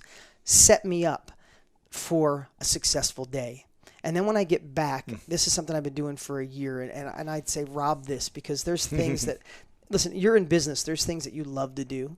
It's your core competency. You were put on this earth to do. It's interviewing. It's meeting people. It's networking. Whatever you have is meant to be. But there's some things that you do. It's like, I don't want to do that conference call. I don't want to sit with my accountant and go over numbers. Right, whatever it is, right? And I used to think, man, I have to do that today. And I just switched that. In the mornings, I write a quick little list every day of what I get to do.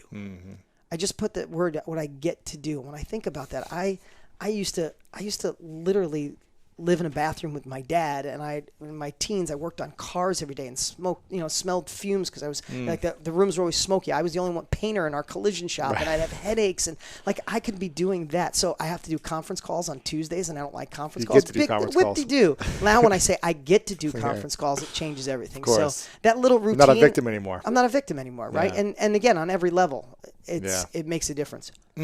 I love it. Any other any other thing in the morning that you do? No, that's it. That's my morning routine. Are there any non-negotiables every day for you besides the routine? No, not really. Yeah.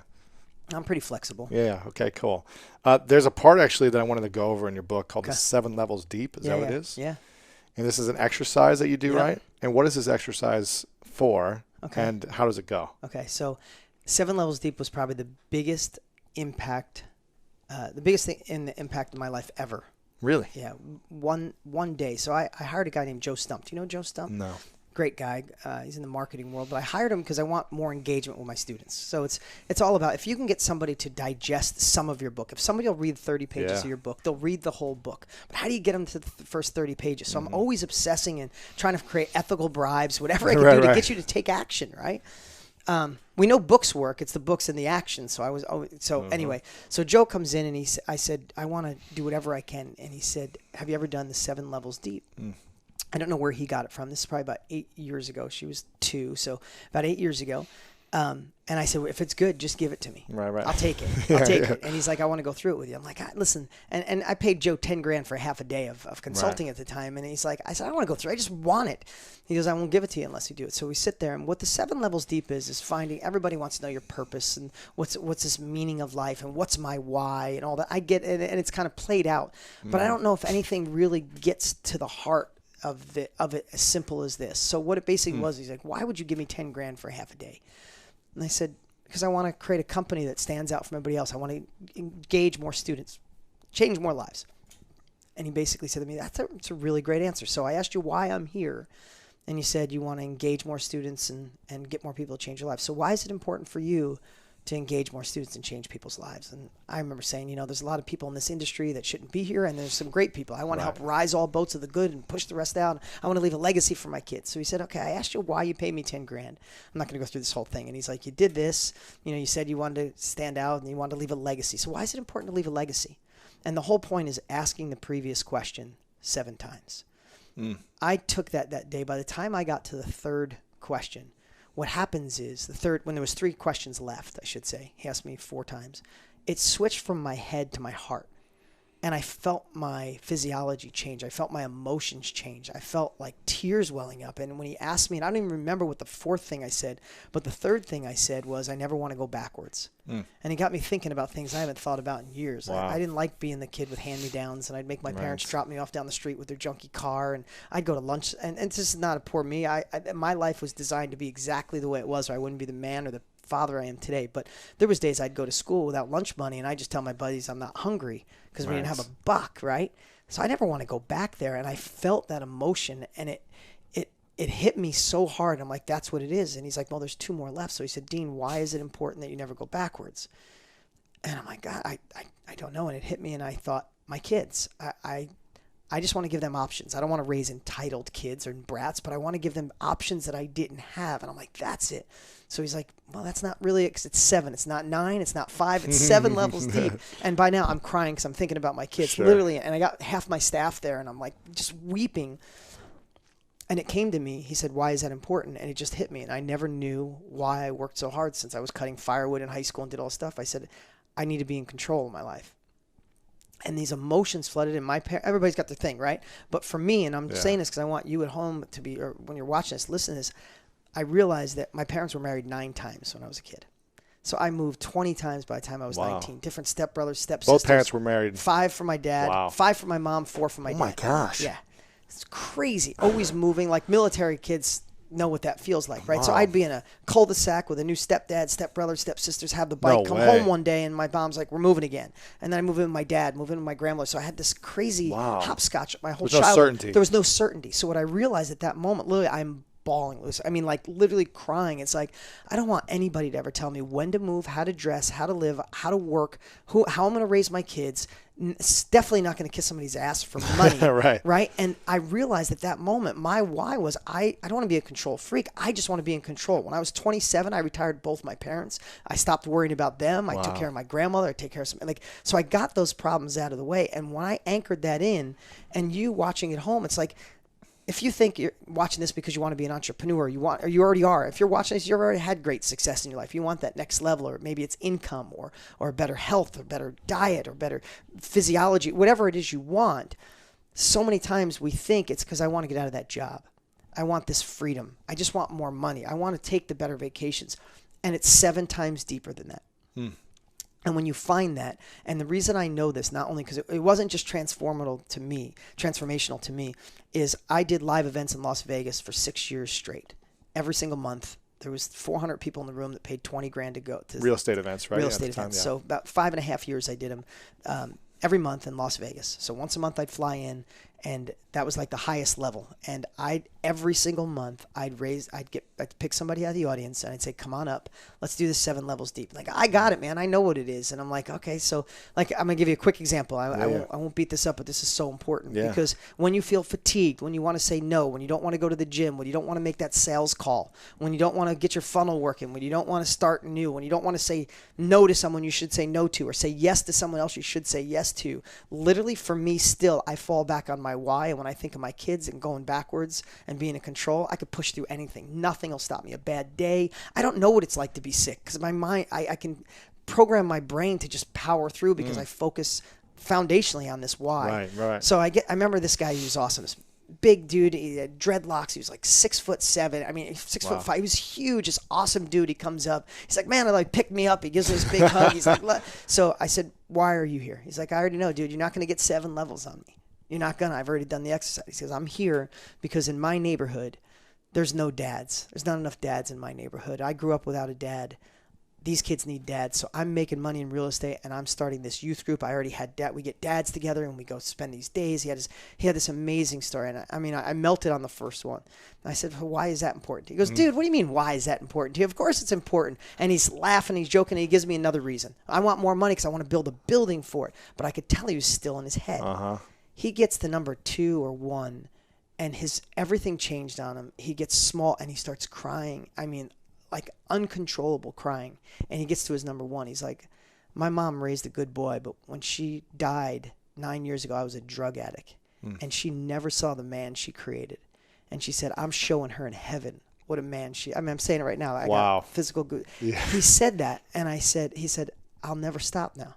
I'll never stop. And again, we all have our own reasons for doing stuff, but when you get to the heart of why you're watching, why you do what you do, it's so much deeper than what you think. And I forget sometimes. I hope I don't sit here and seem like I got my life all figured out. I've been blessed to have I've had more blessings in my life than I ever could imagine. If somebody would have told me at 25, this is where I'd be, I'd say impossible. So I appreciate my blessings, but I'm not perfect at all this stuff, but when I practice these habits, when I think through this, when I recognize my why, the days that I'm off track, the days I think I bit off more than I can chew, or the days where I feel like I plateaued, when I go back to that why, it's like game over. You're not getting in my way. Nothing is.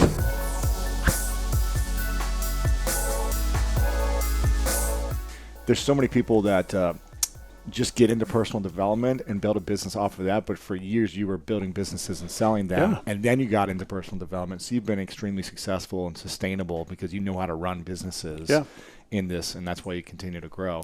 Well, a business is the fundamentals, you know, being healthy, fundamentals, you know, having great relationship, fundamentals. It's not rocket science, but it is a science.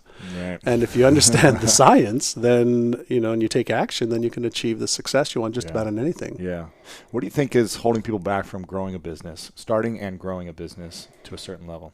Well, initially what holds them back is fear. So fear of failure, fear of success and then failing, fear of disappointment, fear of being embarrassed, fear of being ashamed, fear of being guilty, fear of losing money, fear of fill in the blank. There's over 50 different types of fear that holds most people back, but they're unaware of it. It's like a silent, hidden enemy that's locked deep in their non-conscious brain. And this is the area that you know I study, and that's my life's work now, is understanding what actually drives the perceptions that people have about themselves and what's possible for them to achieve. And what's the difference between somebody who says, yes, I want it, I believe I can have it, I believe I could do it, but then there's another voice that they listen to more that says, but you're not smart enough, but you're not good enough, but what if you fail, what if you succeed? So there's voices in our head that most people have not learned how to really just pay attention to. Because the voices that you hear, the thoughts that you're having, the conscious ones and even the non-conscious ones that percolate up to consciousness, if you pay attention, you can manage, you know, where they go, because that's what actually fires the electrical signal and the chemical response that drives behavior. And most people don't understand, you know, it's like a spark plug. One spark plug, you know, turns the car on and you can push the gas and go. The other spark plug basically turns the car off and your brake is on. Most people don't think of their body, their mind as a system that they actually own. And so we haven't been given the user's manual for that. So fear is one, but then it's all the non-conscious conditioning that prevents people from taking the actions that are needed. Like what are the conditioning that most people have, the non-conscious ones? Well, This is from what we've learned from our parents. If we think about the era that our parents lived, okay, Great Depression, right? Very, very hard to make money. Very, very hard to find resources. Very, very hard to do anything unless you're a professional. So our parents said to most of us, if you don't become a professional, you're going to struggle. You're going to struggle and suffer. And even the professionals said, okay, so become a professional and here's your ceiling of what you have. So we became conditioned to be worried of scarcity in a world that has no scarcity. We became conditioned to having certain beliefs about what's possible or not possible. So even now, as we we're sitting here and we've got this, amazing election time. Crazy. One of the things I've been thinking about is, there are some people that believe that if Donald Trump wins, they're going to make a fortune. And there's other people that think they're going to lose everything. And I have a friend of mine who has got about $70 million in the bank that believes that if Hillary gets into office, he's going to lose millions. Wow. It's going to be really tough. And what really is, going on in people's heads, it's all of their references, their beliefs and their perceptions that are locked away in the implicit part of their brain that is driving those thoughts and even the behaviors. They may not even be aware of it. They're not even aware of it, yeah. They can be, but they may not be. And so what we really have to go back to focus on is it really makes no difference who becomes president or who doesn't. If you have the belief that regardless of what happens in your external world, you can navigate towards the success that you want. Right. That's a belief. And beliefs are the lens by which we actually see the world and by which we behave. And so if you want to change your results, don't focus on changing your behaviors. Change your focus on the beliefs that drive your behaviors. Right? Powerful. Yeah. And so the next question, though, is, well, great. What kind of beliefs do I have? Right. So, well, we have two types of beliefs. And this is where it can get a little bit, heady. And that is, when you start talking about my brain, it's an organ. It's like your heart is an organ. You can speed up your heart. You can slow down your heart. You can, speed up the brain waves in your brain. You can slow them down. You can tune in. You can tune out. Yeah. We haven't been given the user's manual for the most powerful tool that we're aware of. Yes. That's right. And so the great news, I know you being an athlete and a successful businessman, you have discipline. You cannot you can't achieve results without some kind of discipline. Exactly. And so we know that there's some fundamental truths to achieving success. And every successful person will tell you, and Jim Rohn is, I know you love Jim Rohn, he said, you either pay the price of discipline or you pay the price of regret. Discipline weighs ounces, regret weighs tons. That's good. But the thing is, can you teach discipline? The answer is yes. How? But you have to have a willing participant. And if the participant's reason why is big enough, if they know I want to achieve X, and the reason why, the motive for their action, motivation, the motive for their action is a reason beyond just themselves, chances are they will do more to achieve that success than if it was just left up to their own. But there are some people that are born, with incredible drive. They just have this insatiable drive, and they'll just, I'll do whatever it takes for the things that I want. And there's other people that want things, but they just don't have this insatiable drive. And this is where, as much as I hated school, I love to use school as an analogy. Yeah. In the game of life, whether it's health, wealth, relationships, career, business, spirituality, fun experiences, you have to decide what level of the game do I want to play at. Is it the grade school level, the kindergarten level, the high school level, the university level, the pro level? Because each one of those levels requires a totally different mindset and totally different skill set. They're building blocks on each other, but if you are extremely talented, but you're not prepared to practice and rehearse and drill and fall and fail forward to the next attempt, you will never make it as a pro. You will never make it as a pro business person. You'll never make it as a pro husband or wife or athlete or musician. You just never will. So just get used to that if you're not prepared to pay the price.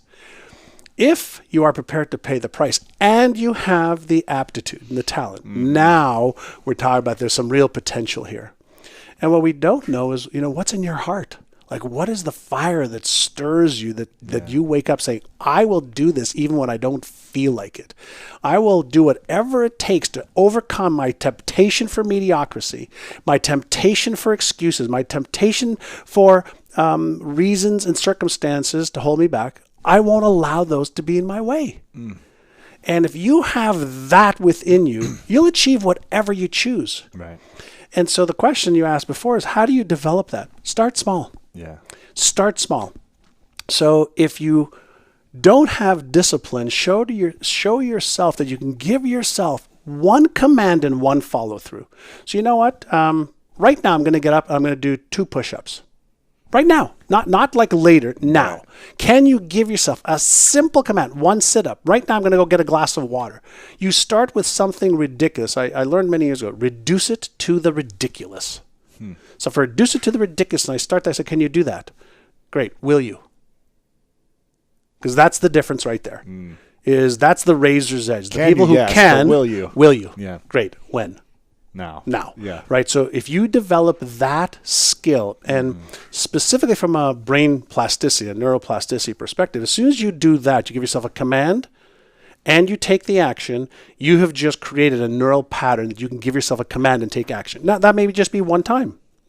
Well, what if you did that every hour by putting a little bell on your computer? And every hour, like if my computer was open, I'd have every hour it would say, it's 12 o'clock, it's 1 o'clock. And Really? I'd take 60 seconds just to be in control of my mind. 60 seconds, I don't care where I am. Stop what you're doing. Stop, take 6 breaths. Breathe. Just get centered. Am I on track? Am I off track? Am I doing something I shouldn't be doing versus a high impact activity that I need to be doing? Every hour, I've trained myself to just reset. I didn't always do that. So I just started with 1 a day. Right. Then 2. Sure. Then 3. Then it was working so well, I said, great, let's do this every hour. But more importantly is, as soon as you become the person who believes in themselves, you see, everything you do or don't do leaves an imprint on your self-worth and self-esteem scale. And you know it. Absolutely. You know it. Yeah, every time you have that cake or that cookie, right, you either believe in yourself or you don't believe in yourself. Right. Yeah. Every time you're voting with every decision. With actions, you're disqualifying with every negative belief. You're qualifying with every positive. Same with behaviors. So you start getting aware of, am I qualifying myself to move forward, or am I disqualifying myself through what I say I want and what I do or don't do over and over and over again? Because thought patterns become emotional patterns, which become behavioral patterns. And our brains pick up on our thought, emotional, and behavioral patterns and says, hey, you know what? You've done that one enough. I'm just going to make that automatic for you. Right. So all of a sudden, you know, if you're a person who has lots of positive thoughts, but you suck at taking action, your brain says, let me make that a permanent pattern for you so you don't have to think about it anymore.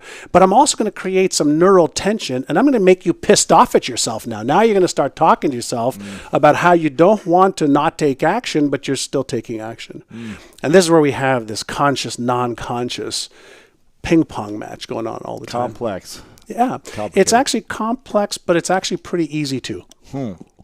So if someone's listening right now and they're thinking, you know, there's a lot of things I want. You know, I want to get out of this relationship, or I want the relationship. I want to have better health. I want to have more money, whatever it may be.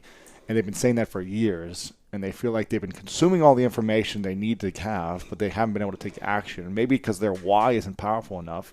What would you say should be their first step? Well, the first step is to take one thing. I'm going to go back to one thing. Yeah. And say, great, let me move one thing forward. Why? Because that just changes the trajectory of the same pattern repeating itself. And as soon as you interrupt a pattern, and then you repeatedly interrupt the pattern, it's like taking a detour. And as soon as you take a detour one day, you're like, okay, that was okay. Right. But your tendency is to want to go back to what's comfortable.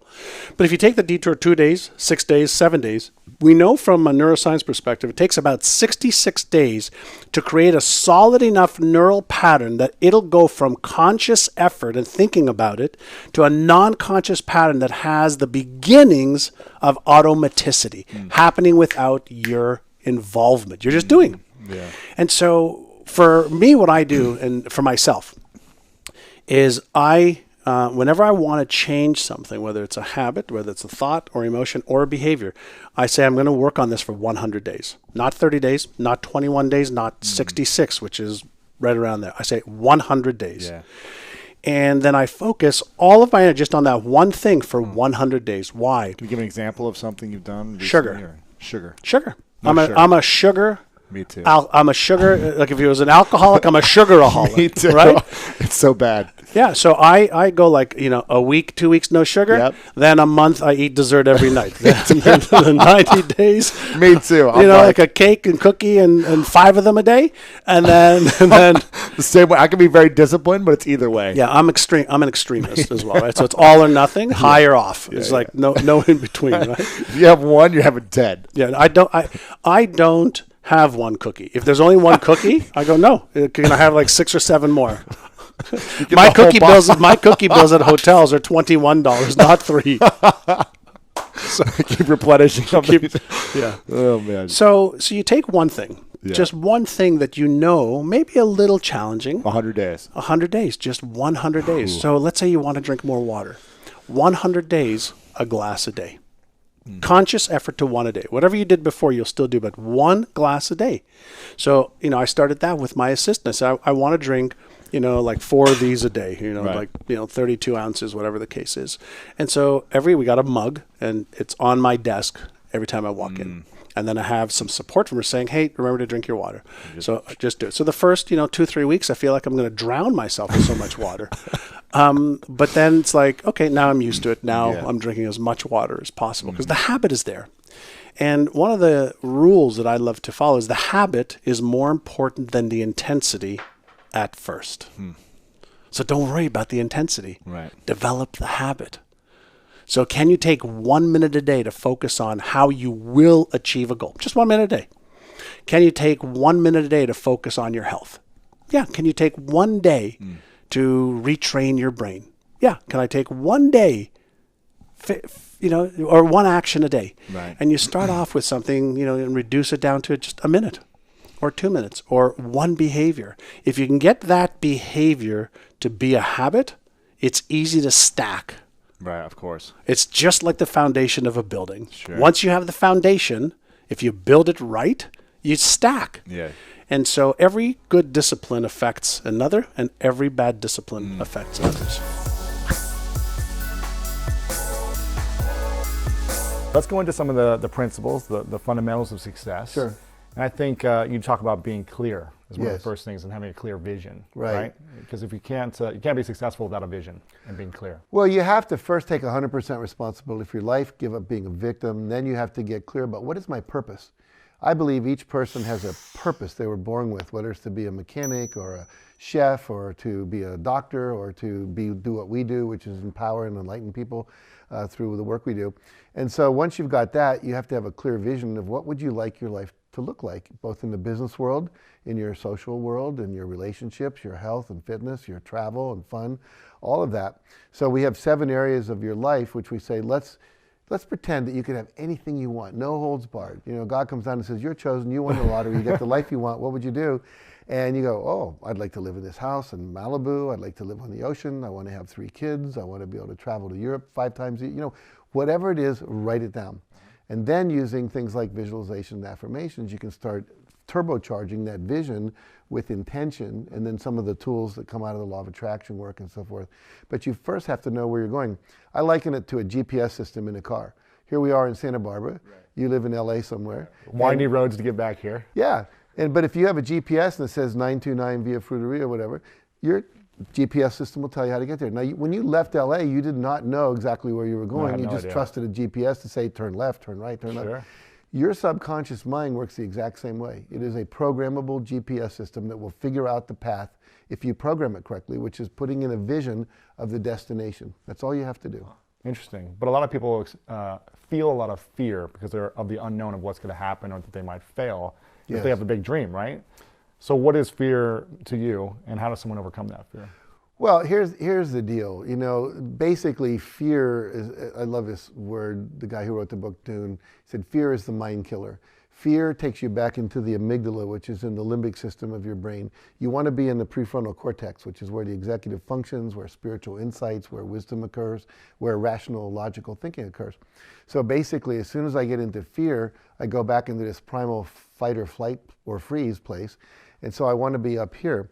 So, basically, we now have technology called EFT tapping. I'm sure you're familiar with it. Nick Ordner and all those guys. And literally 9 acupuncture points, you tap on those in a sequence for maybe 5 minutes, 7 minutes, and the fear disappears. It literally dissolves. There's absolutely no reason for anyone to be in fear. Now, the value of setting a goal is to watch all these fears come up. I refer to it as you ever play the game Whack-A-Mole at the mall? You get heads come, you got to whack them before they go back down. So we want to surface those fears so we can whack them using EFT and other technologies that are out there, neuro-linguistic programming and so forth. But now we have this science that just literally you don't have to be stopped. The other thing, a friend of mine just wrote a book called the Fear Cure, or The Cure for Fear, one of those. And she talked about one of the biggest fears is of the unknown and uncertainty of the future. But everything's uncertain. We're trying to create certainty in an uncertain world, and stop being afraid of uncertainty. Uncertainty is what's exciting. Right. If you go to Africa on a vacation, a safari, you have no idea what's going to happen. That's part of the adventure. It's fun. That's part of the fun, exactly. If you knew, there's going to be a zebra that pops out right here, or this is going to be next, it might get boring, right? Or if you go river rafting, you don't know where the rapids are and how you're going to do it. And if you go surfing, you don't know exactly how the wave's going to break and all that, and how big it's going to be. And so that adventure is really what life's about. And so we need to be excited. Fear is created by imagining bad things that haven't happened yet. So fantasized experiences appearing real, everyone always says that. Someone else recently said, forget everything and run. But, but I think that if you realize that you're creating your own fear by imagining a bad thing, if there's a recession, I'll lose my house. Why not go, if there was a recession, I'm going to make more money because there's going to be opportunities and we're going to be able to pay our house off faster. Zig Ziglar said, worrying is negative goal setting. And all you have to do is use that same power to think and visualize to create a positive outcome instead of a negative, and then the fear disappears. Yeah, and a quote of yours, I believe is in the book, is you say, everything you want is on the other side of fear. Absolutely. We all live in our comfort zone. We want to be comfortable. When I was down in the rainforest a couple of years ago with the Achuar Indians, I always wanted to go to the rainforest ever since I heard. How was it? It was so cool. It was really cool. We got to live with the Achuar Indians, which is an indigenous tribe, which is, had not had any connection with white people from the outer world until about 10 years ago, 15 years ago. And friends of mine are down now working with them to help preserve the rainforest. And I always wanted to go. And the trees are unbelievably huge. Roots are as tall as this building and go out like that. You can build a house inside the root system. Oh my goodness. There's army ants that are about that big, these leaf cutter ants, and you can see them just going across with all these little leaves waving. We got to swim in this river that was full of piranha, they told us later. But piranha don't eat you. They don't. They have a rule in the river, nothing attacks anything 6 times bigger than it is. Wow. And so if you are in a tide pool where there's no food and it's flooded and now it's stuck over there and you step in there, a piranha will bite you. But the river they're not going to. No, not at all. We had so much fun. It was so delightful to be in that nature. So the point is, everything is an adventure, and we have to think of it that way, or we're going to be victims. And one of the other principles you talk about is how to transform yourself for success. So tell me about the people we surround ourselves with, and how do people influence us in a positive way of achieving our goals or keeping us back into victim mode? I don't know if your parents ever said this to you, but mine did. They always said, I don't want you hanging out with those kids. They're a bad influence. Sure, yeah. Yeah. So that doesn't stop when you're 18, right? So there are certain people who are negative, curmudgeonly, whiners, complainers, and blamers, that if you hang out with them, that's who you become. Yeah. And you look at any bar, all bars have a personality to them. There's bars on Lower State Street in Santa Barbara here where the lower economic class hangs out and they just bitch and moan about how bad everything is. Right. There's bars further up the street where the people that are more successful hang out, and they're just doing deals and talking about all the great things that happened that day. Having fun. They're networking and brainstorming with each other, introducing each other to opportunities. So basically, you become the average of the 5 people you spend the most time with. Yeah. Like I remember Mark asked this one guy who owns Evergreen Airlines to if he could give him an idea that he thought might work for him. And he said, well, if I take it, how much money do you think I might make? He says, a couple million. He says, Mark, I can't even consider an idea that won't make me $100 million. Oh my gosh. It's just below my threshold to play. worth it. Yeah. So Now, most of us, that's a very rarefied atmosphere. Most people listening to this aren't there. But just to give you an example, there's a friend of mine who, now a friend, just died recently, but I didn't know him at the time. His name was Lou Tice, and he ran the Pacific Institute and teaches a lot of stuff we do. And he was making, again, like, a lot of money, and his clients included the Navy, the government of Denmark, that kind of stuff. Yeah. And I said, I want to learn what he's doing. He's playing at a bigger level than I am. So I called him up, and I said to him, Lou, if you're ever in LA, this was when I was in my 30s, I said, could I be your chauffeur? Just don't hire a limo. Let me chauffeur you for free. All I ask is I can pump you with questions for the 20, 30 minutes an hour. Sure. He said, sure. So about 3 months later, I get a call. He says, hi, I'm coming to LA. Going to do a talk at a country club. Pick me up at LAX, take me to the hotel, take me to the country club, back again. So I did. And I peppered him with, like, what'd you do? How'd you do this? How'd you do that? And he told me. So about a year later, we both bid for a contract. It was $875,000 contract to educate people on welfare in California based on these success principles to get them off welfare. And we were the final two competitors, Pacific Institute, and we won. Oh, wow. And so he was very gracious. He sent me a nice note. He says, you're a good student. That's great. He should have held back some of his secrets. Well, he didn't really need to. I mean, his bigger goal was to get all this out to the world. And if I was doing that, I was part of that as well. But he is, most people, you'd be surprised how many people say yes if you ask them to spend some time with them. Yeah, of course. I want to speak into the mastermind part, because when I did my first mastermind, probably 5-6 years ago, when I had no clue what was going on, I think in our company, I was just starting out in business. We did around, I think, $250,000 in sales for like the first 6 months of our business. And then it was the end of the year, we went to this mastermind of these online marketers, and a lot of them were making 5 to 10 million. And within the next month, the relationships we built from that mastermind, we did $250,000 in sales in that next month, just from 5 relationships in the mastermind. Right. And that year we broke $1 million. And it was just like all accelerated after being around people who were at that next level. So I can definitely speak into that. Yeah, I mean, you're living proof of it, exactly. It's extremely powerful. And if you're not in a mastermind, make sure to join one and find one and become a part of it.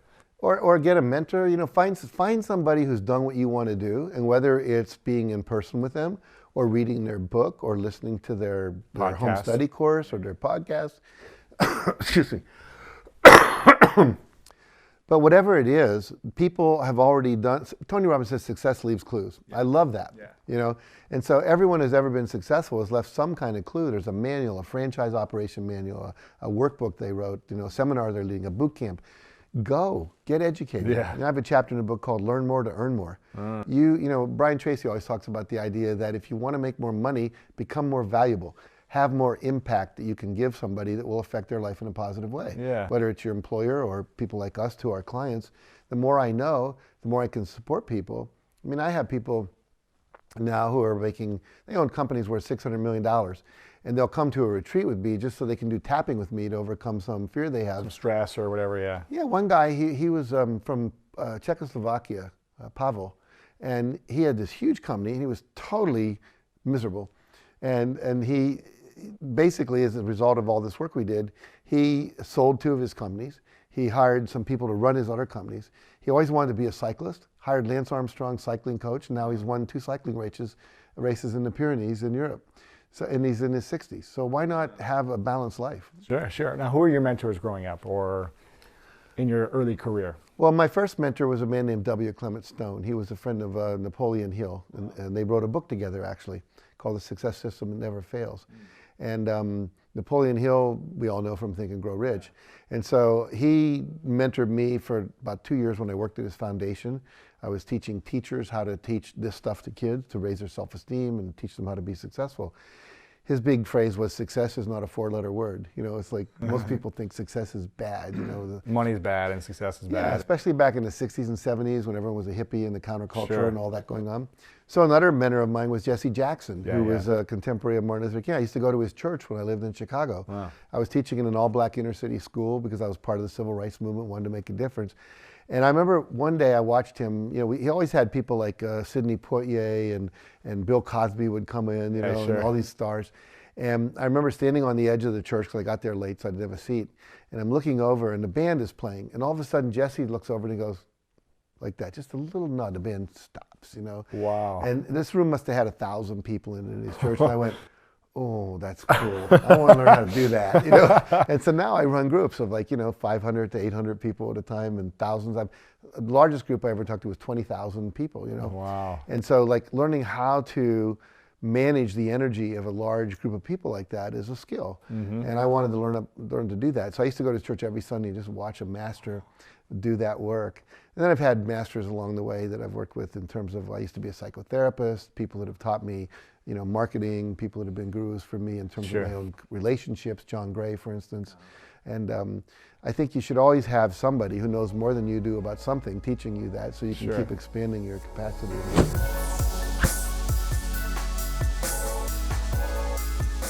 Just because you're passionate about something doesn't mean you won't suck at it. Right. And if you... Just because you're passionate about playing football doesn't mean you're going to be in the NFL. Welcome to the podcast, right? And I actually became passionate about opera 2 or 3 years in. But the truth is, I didn't have the chops or the discipline or the drive. I had enough passion to make me think I did for a while. But look, you're in charge of your passion. Yeah. And whenever people hear me talk about this, I always get a lot of grief because they're saying, I'm never going to abandon my passion. And I'm like, I would never suggest you do. I'm just saying don't follow it. Take it with you wherever you go. Right. But don't be so damn picky about what you apply it to. It's kind of like with personal relationships, right? You know, there's this idea that's been championed by maybe 1 million films and books that says your happiness in a relationship will happen when you find your soulmate. And so what happens is you embark on this snipe hunt. You spend most of your life looking for your soulmate. Right. And during the period of time between your search and maybe you find her, maybe you don't, then where are you? You're supposed to be miserable and unhappy the whole time? Well, you're certainly not going to be as happy as you could be. And that's the thing that gets drilled into your head. So there's this narrative that goes on in the world today. And I'm generalizing, but in a very, very broad way. If you're happy in your personal relationship, it's because you found your soulmate. And if you're happy in your professional relationship, it's because you found your dream job. And if you're happy in both, it's because you followed your passion. And I think all of that is a big, steamy pile of crap. The happiest people I know were very uncertain for a long time. And their decisions, I saw this on Dirty Jobs over and over, people ultimately wound up in their vocation because they looked around to see where everybody else was going, and they went the other way. And then what they were confronted with was, okay, there's an opportunity cleaning septic tanks. Right. It's not my wish fulfillment, but it needs to be done and nobody's doing it. A year later, you're getting good at it. 2 years after that, you got 3 trucks and 5 employees. Pretty soon, you're passionate about other people's crap because now you've made a pile of money and now you have 2 homes. And no one else wants to do it. That's right. So you've got job security. Nothing's going to be outsourced. And you're kind of, I used to say about so many of the guys I met on Dirty Jobs that they're all in on the joke. And by that, I just meant, when you meet another professional athlete and you start talking about a training routine. Right. You go right to the shorthand. Yeah. You get it. Yes. You get it. When you talk to a soldier or a Marine who's been in action, and you have too, you just get right to the part, right? And so people with dirty jobs, they get it. Right. Whether you're hanging upside down on the Golden Gate Bridge, spot welding, or whether you're just crawling through the sewers of San Francisco, knocking out those rotten bricks and putting in new ones, you get it, right? And so the idea and the big lesson that came from working with so many of those people for so long was that, by and large, as a group, they were happier than most of my friends. They were better balanced than most of my friends. And they had just the kind of peace, I think, that comes from knowing if, I call it the It's a Wonderful Life test, right? Another movie you probably don't remember. You were born in 1983. But if you're somehow magically pulled out of existence, like right now, right, what happens to the world? What happens to the world if poof, I'm gone? And dirty jobs never happened. Is the world going to spin off its axis? No. Right. Right. If poof, an accountant is gone. poof. It's like, so you tend to measure, at least I do anyway, can I do something that's fundamentally going to change a thing? Dirty jobbers do. All the plumbers call in sick for a week, party over. Right. All the electricians call out for 2 days, game over. Riot. Right. So, it's odd that the jobs that we all depend on most are the most underappreciated in our society. And so the people who do those jobs, they know that. They're in on it. And by and large, it makes them really fun to be around. What was the most surprising person you met during the Dirty Jobs process that really shifted something in you or inspired you in a different way? Because you've probably seen the same type of stories, the same type of people for 10 years doing the show. But was there one person that you were like, wow, something actually shifted in me where I wasn't just, not that you were on autopilot, but just like, whoa, something different here? No. There were hundreds. I mean, we did 300. And of the 300 jobs we did, I can tell you,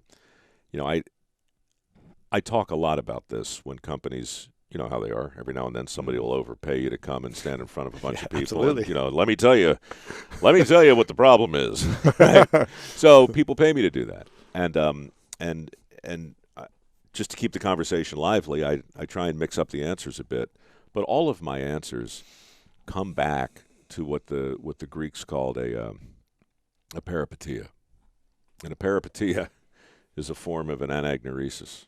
And an anagnoresis is the Greek word for a discovery. So Aristotle said the definition of a tragedy was the moment when the protagonist comes face to face with his true self. Right? And I love that. Sure. So for me, Dirty Jobs was a tragedy because going all the way back, hey, Freddie, what are you growling at? Come here. This is my dog, by the way. I didn't properly introduce you. She's growled at Tiffany. Tiff got close. Yeah. This is bring your dog to work day. You going to be a good boy or what? Come on, don't be an asshole. We talked about this. Embarrass me in front of everybody. So good. Here we go. Fine. The idea that an anagnoresis or a discovery can drive the narrative forward is classic. But the idea that a peripeteia, which is a discovery that fundamentally changes the direction of the narrative, that's what I love. So, like, when Bruce Willis realizes in the beginning of The Sixth Sense, you saw The Sixth Sense? Yes, I did. Okay, great, because that came out after 1983. He has an anagnoresis in the beginning of that film when he meets little Cole, and Cole is crazy because Cole thinks he sees dead people. And over the course of the movie, Bruce makes more discoveries about Cole, and eventually, toward the end, he makes a big discovery. He has a peripeteia when he realizes this kid is not crazy at all, and he really can see dead people. Why? Because he's dead. Right? And so when that happens, the entire narrative changes. So that's a long answer to your question, but for me, I had peripeteias doing dirty jobs one after the next. Really? Oh, my God. Wow. So, for instance, I talked about this years ago at one of those TED Talks. Yeah. Right? But it was like I've always deferred to the primacy of experts. We're taught, right?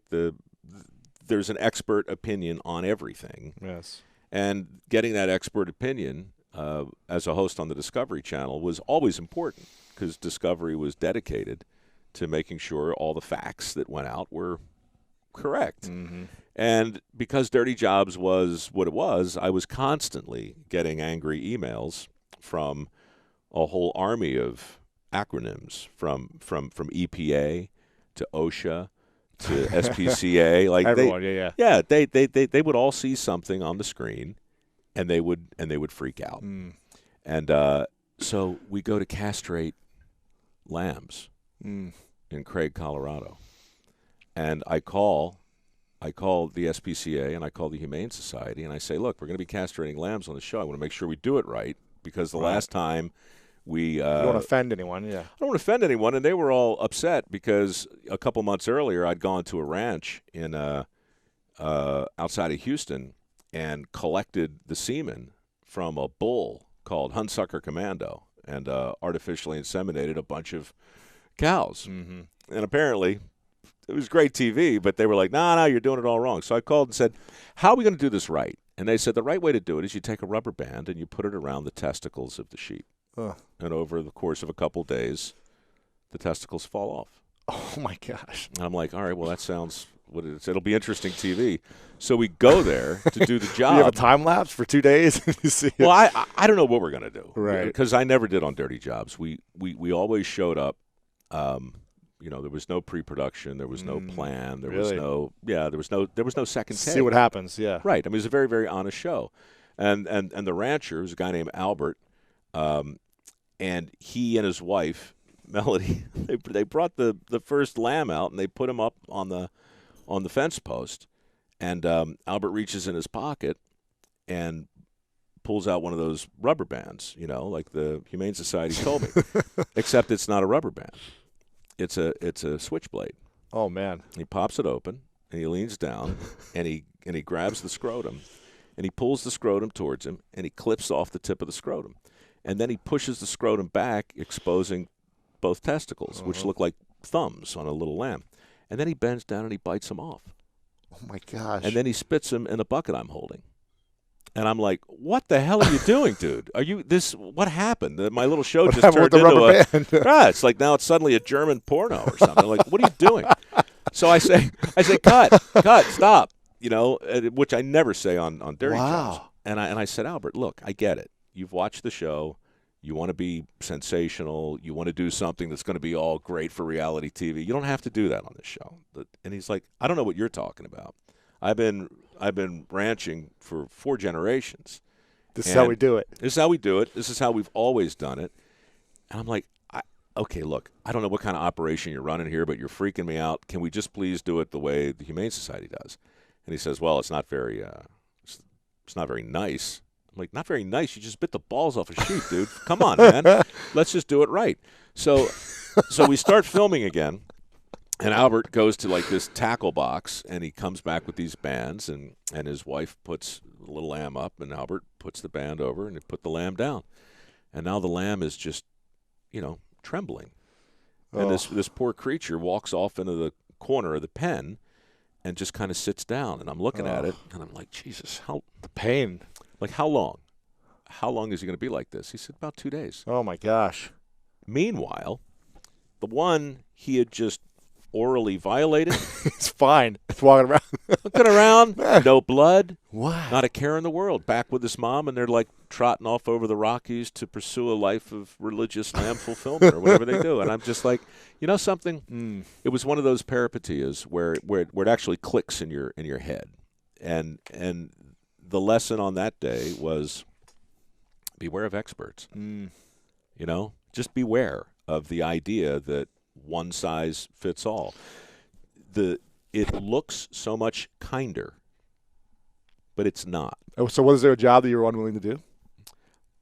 The only jobs that I passed on were ones that I knew the network wouldn't allow us to air. And like? Body farm technician. So you take a cadaver and you put it in the trunk of an old Pinto. Yeah. And you drive the old Pinto into the Atchafalaya swamp. And 2 weeks later, you haul out the Pinto and you take out the body and you do stuff to it. Yeah. And now you know what a body looks like that's been in the trunk of a Pinto in the Atchafalaya swamp for 2 weeks. That's a job. It's CSI type stuff.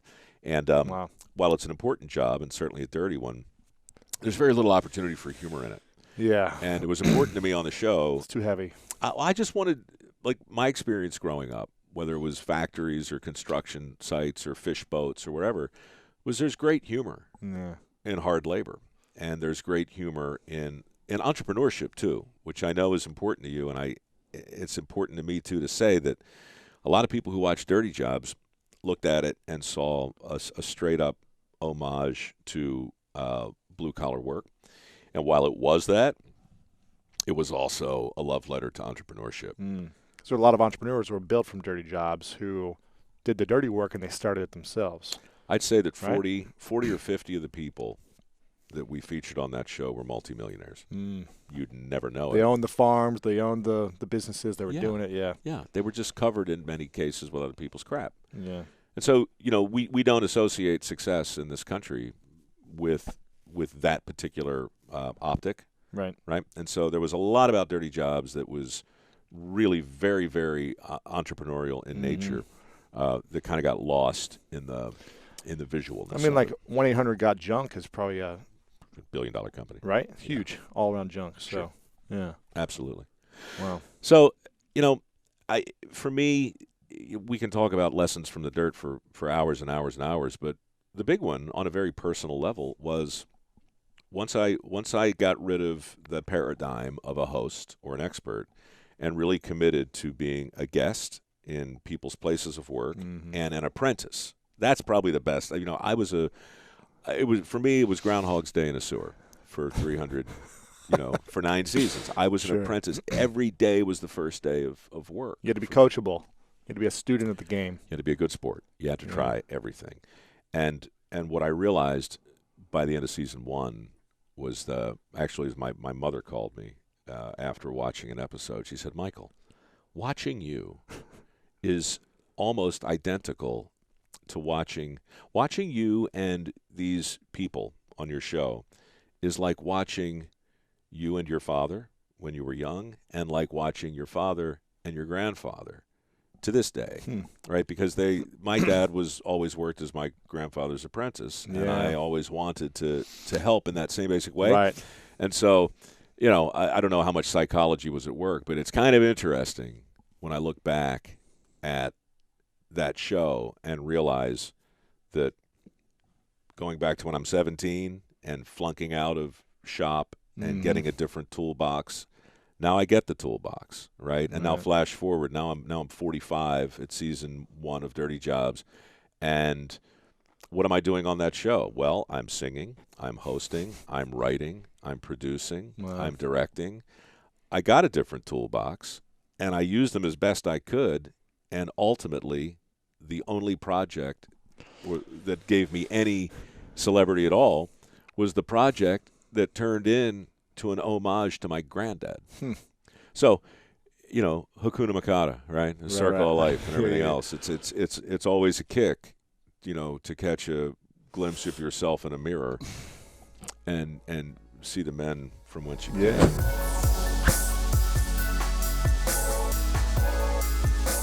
How do you stay on track with a connected, loving relationship as a female entrepreneur when you're putting so much energy into your business and the culture and the team and your customers? And I made so many mistakes. I mean, let's just be real. Like I talk about this, and I've told this story. Like I worked so hard to get my business off the ground, and I was often working 7 days a week. Not just coaching, like that was a portion of what I did, but to keep a roof over my head, it was bartending, it was waiting tables, it was like being a personal assistant, cleaning people's toilets, whatever I needed to do in order to pay my rent, put food on the table and actually continue to grow the business. So I basically developed a habit of working nonstop.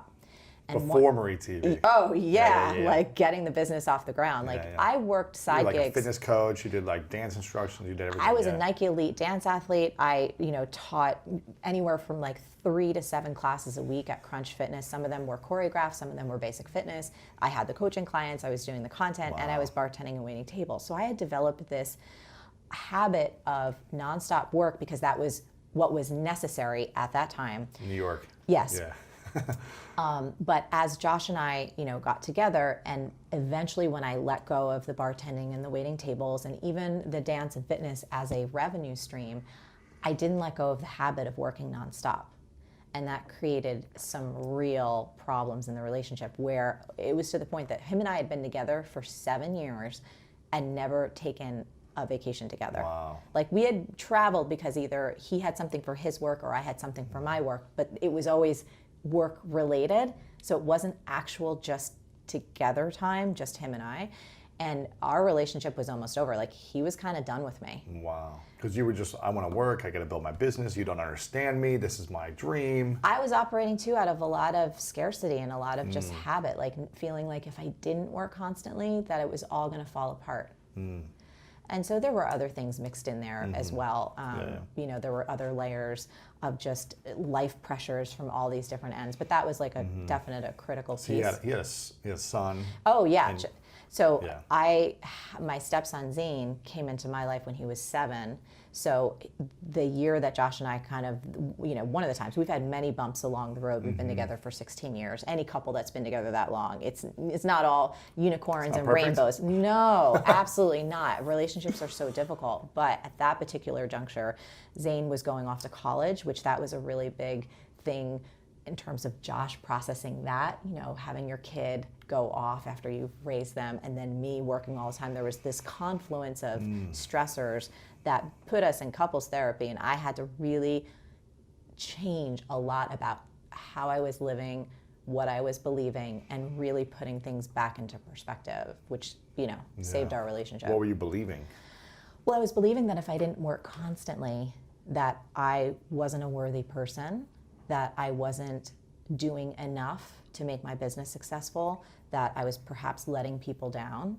And so I had to really shift that and understand that, you know, I come from a background, I don't come from a wealthy background. So the work ethic in my nuclear family is very strong. Like my dad owned a small business. My mom, although she stayed home with us, she was constantly doing stuff, constantly working, constantly fixing things, constantly doing things that took care of the family. So that's the kind of DNA I grew up with, was like, no, if something needs to get done, you get it done. It's not like you sit around all day and eating bonbons and watching TV. So so that's kind of how I got there. But then I had to readjust if I actually wanted to not only have a successful business, but have a successful life. Yeah. Well, how old were you when you came to this realization that, like, okay, I can take a day off a week, or I can take 2 weeks and go to Italy? Or... Yes.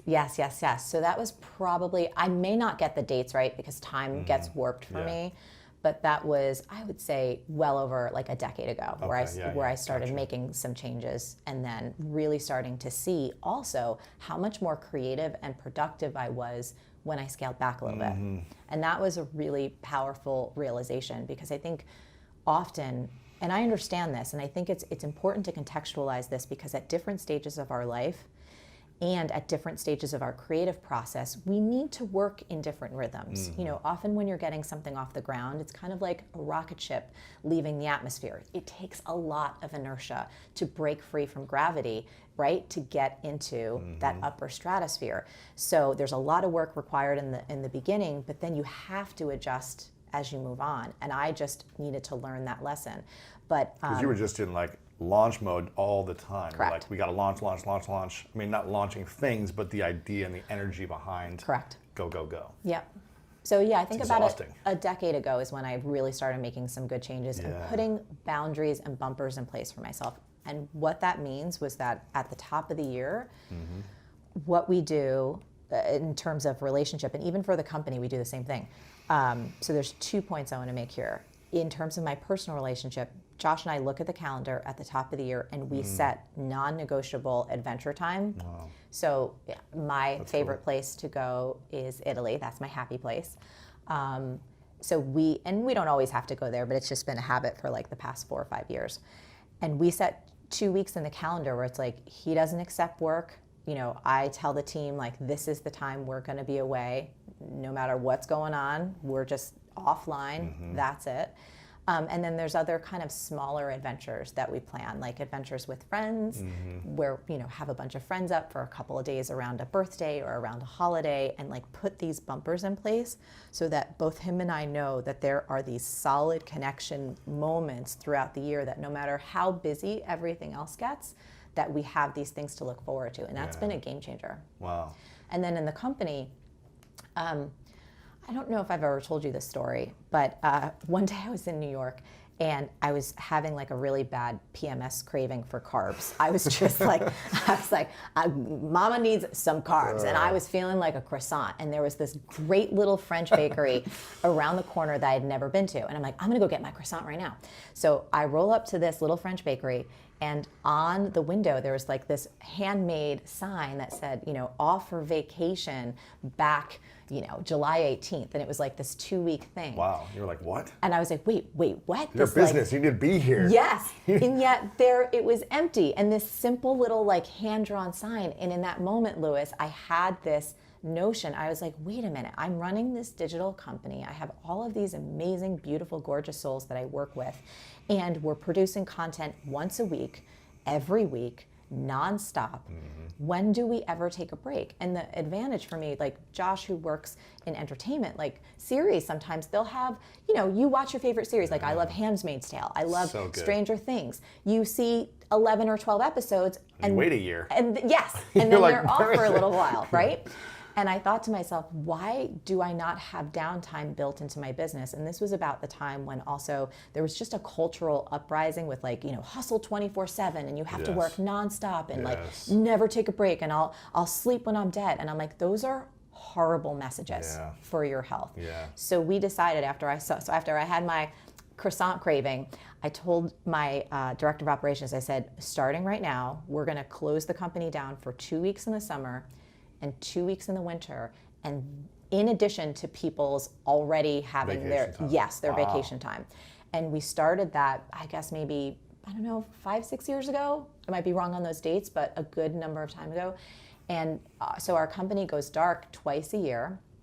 And now the company's at a place where not everyone in customer service takes off those exact same 2 weeks, so they stagger so that we can take care of people. But everyone has 2 weeks of dark time, 2 weeks of dark time. And what's great about that is that you don't get FOMO, thinking that you're off and there's all these other things happening and there's projects moving ahead and there's these things that you want to be in on, but you're like feeling that tension because the rest of the company is moving ahead and you're trying to relax. So it's been a game changer for us as a team. 5 years ago, roughly. Yeah. Interesting. Have you felt any negative effects to that? Not one. What if you took a month off in the winter and a month off? Is there like too much time where you're like, okay, now people are just... It's a great question. We haven't tested that, so I don't know. 2 weeks for us has felt like a really beautiful amount of space. So over the past couple of years, the feedback, and we all talk about what we do when we come back, and we also share very openly about how it feels. And this is no bullshit too. This is one of the things I'm most proud of. When everyone comes back from break, they're so excited to get back from work. It's almost like a little joke. They're like, oh my God, I missed you guys so much. Like, and they talk about how they spent time with their families, like the adventures that they had, how they got a chance to refresh and renew themselves. And they come in with all these ideas. They didn't work on those ideas while they were away. It's just... This came to them. It came to them because they had a chance to step away. Yeah, they had space. Yeah, and this is the other cool thing, Louis, is I'm really proud of this. Oftentimes, and I don't find out about this until after a fact, they come back and I see these photos uploaded into Slack. They went to hang out with each other. Oh, wow. And I was like, that's cool. Amazing. Yeah, that's great. Yeah. Wow. So those are some big changes. Are those 4 weeks, are those paid, or is it just we're off and you guys take your time off? And no, they're paid. Wow, that's great. Yeah, so they have, we have pretty good benefits because I feel like in our culture, I was just talking about this last night with my creative director. We were at dinner, and it's such a strange environment that so many people that work for companies feel afraid. Like they feel afraid of what? Expendable. Like there's no sense of loyalty. And we were talking about someone that we know collectively who's like super talented, but in an industry where things are shifting fast. And this person, there's always this undercurrent of not knowing whether or not they're going to be let go because budgets or this, that, or the other thing. And there's not necessarily a connection between employee and employer. Yeah. And granted, many people may, well, that's just the way that business works. That's how it must be. And I don't agree with that. Like, I want the people that work for me and with me to feel a sense of safety and security. I mean, nothing is guaranteed. I get hit by a bus, we don't know, something may happen, but that's all outside of all of our control. But on a day-to-day basis, for someone to feel like if they're contributing their top gifts and their talents and their time to an organization, that organization is also as equally invested in their health and well-being, their sanity, their ability to show up fully for their family, to have time, to have flexibility. I just think that's where we need to go if we want to create real change in our culture. I mean, there's that statistic that's been around for a while now. It hangs out that about 70% of people here in the United States are actively disengaged from their work. Right. You know, on maybe some they're there level. for like 2 hours actively. You know, maybe there's 2 hours of work a day, right? Yeah, but just even the sentiment that they have towards their work. Like they're not satisfied with it. They're, going through the motions, just showing up. They're doing it only because they get a paycheck. Yeah. They feel no sense of meaning or purpose. And the economic repercussions of having 70% of our workforce disengaged at work or not liking their work or not feeling satisfied with it is enormous, which speaks nothing of the emotional or the psychological or the spiritual cost of having that proportion of our workforce unhappy. Yeah, that's true. Wow. Yeah. That's good. Yeah. What are the things you think you're not doing well in your business? I think a lot of these have started to shift with this book project. So I tend to be a person, this comes from two places. I like to be involved in things because I'm very collaborative. Yeah. So I love to see how things are turning out, and I love to like put my spin on them or at least have my input. But at the same time, that can be overbearing. I don't want folks to feel like they constantly have to run things past me. My team definitely knows I trust them. So the thing that I haven't done well in the past is delegating enough, letting go enough control. Yeah. And particularly with this project, it's pushed us all so far outside of our collective comfort zones that it's been a joy to be like, you guys make the decision. Wow. You're amazing, you're intelligent, you're smart. Whatever you choose, I'm gonna be happy with. Wow. Yeah, that's been good. It's hard to do to let go of that, right? It's been great. It's been good? It's been really great. Like the fact that I'm this like awake and happy and like in it right now speaks to my kind of let go and let Jesus take the wheel. And in this case, Jesus manifests as my team. If you want to learn how to make more money and master money in your life, then check out this video right here. Whether it's a house or investments, my point to you guys is take your money seriously.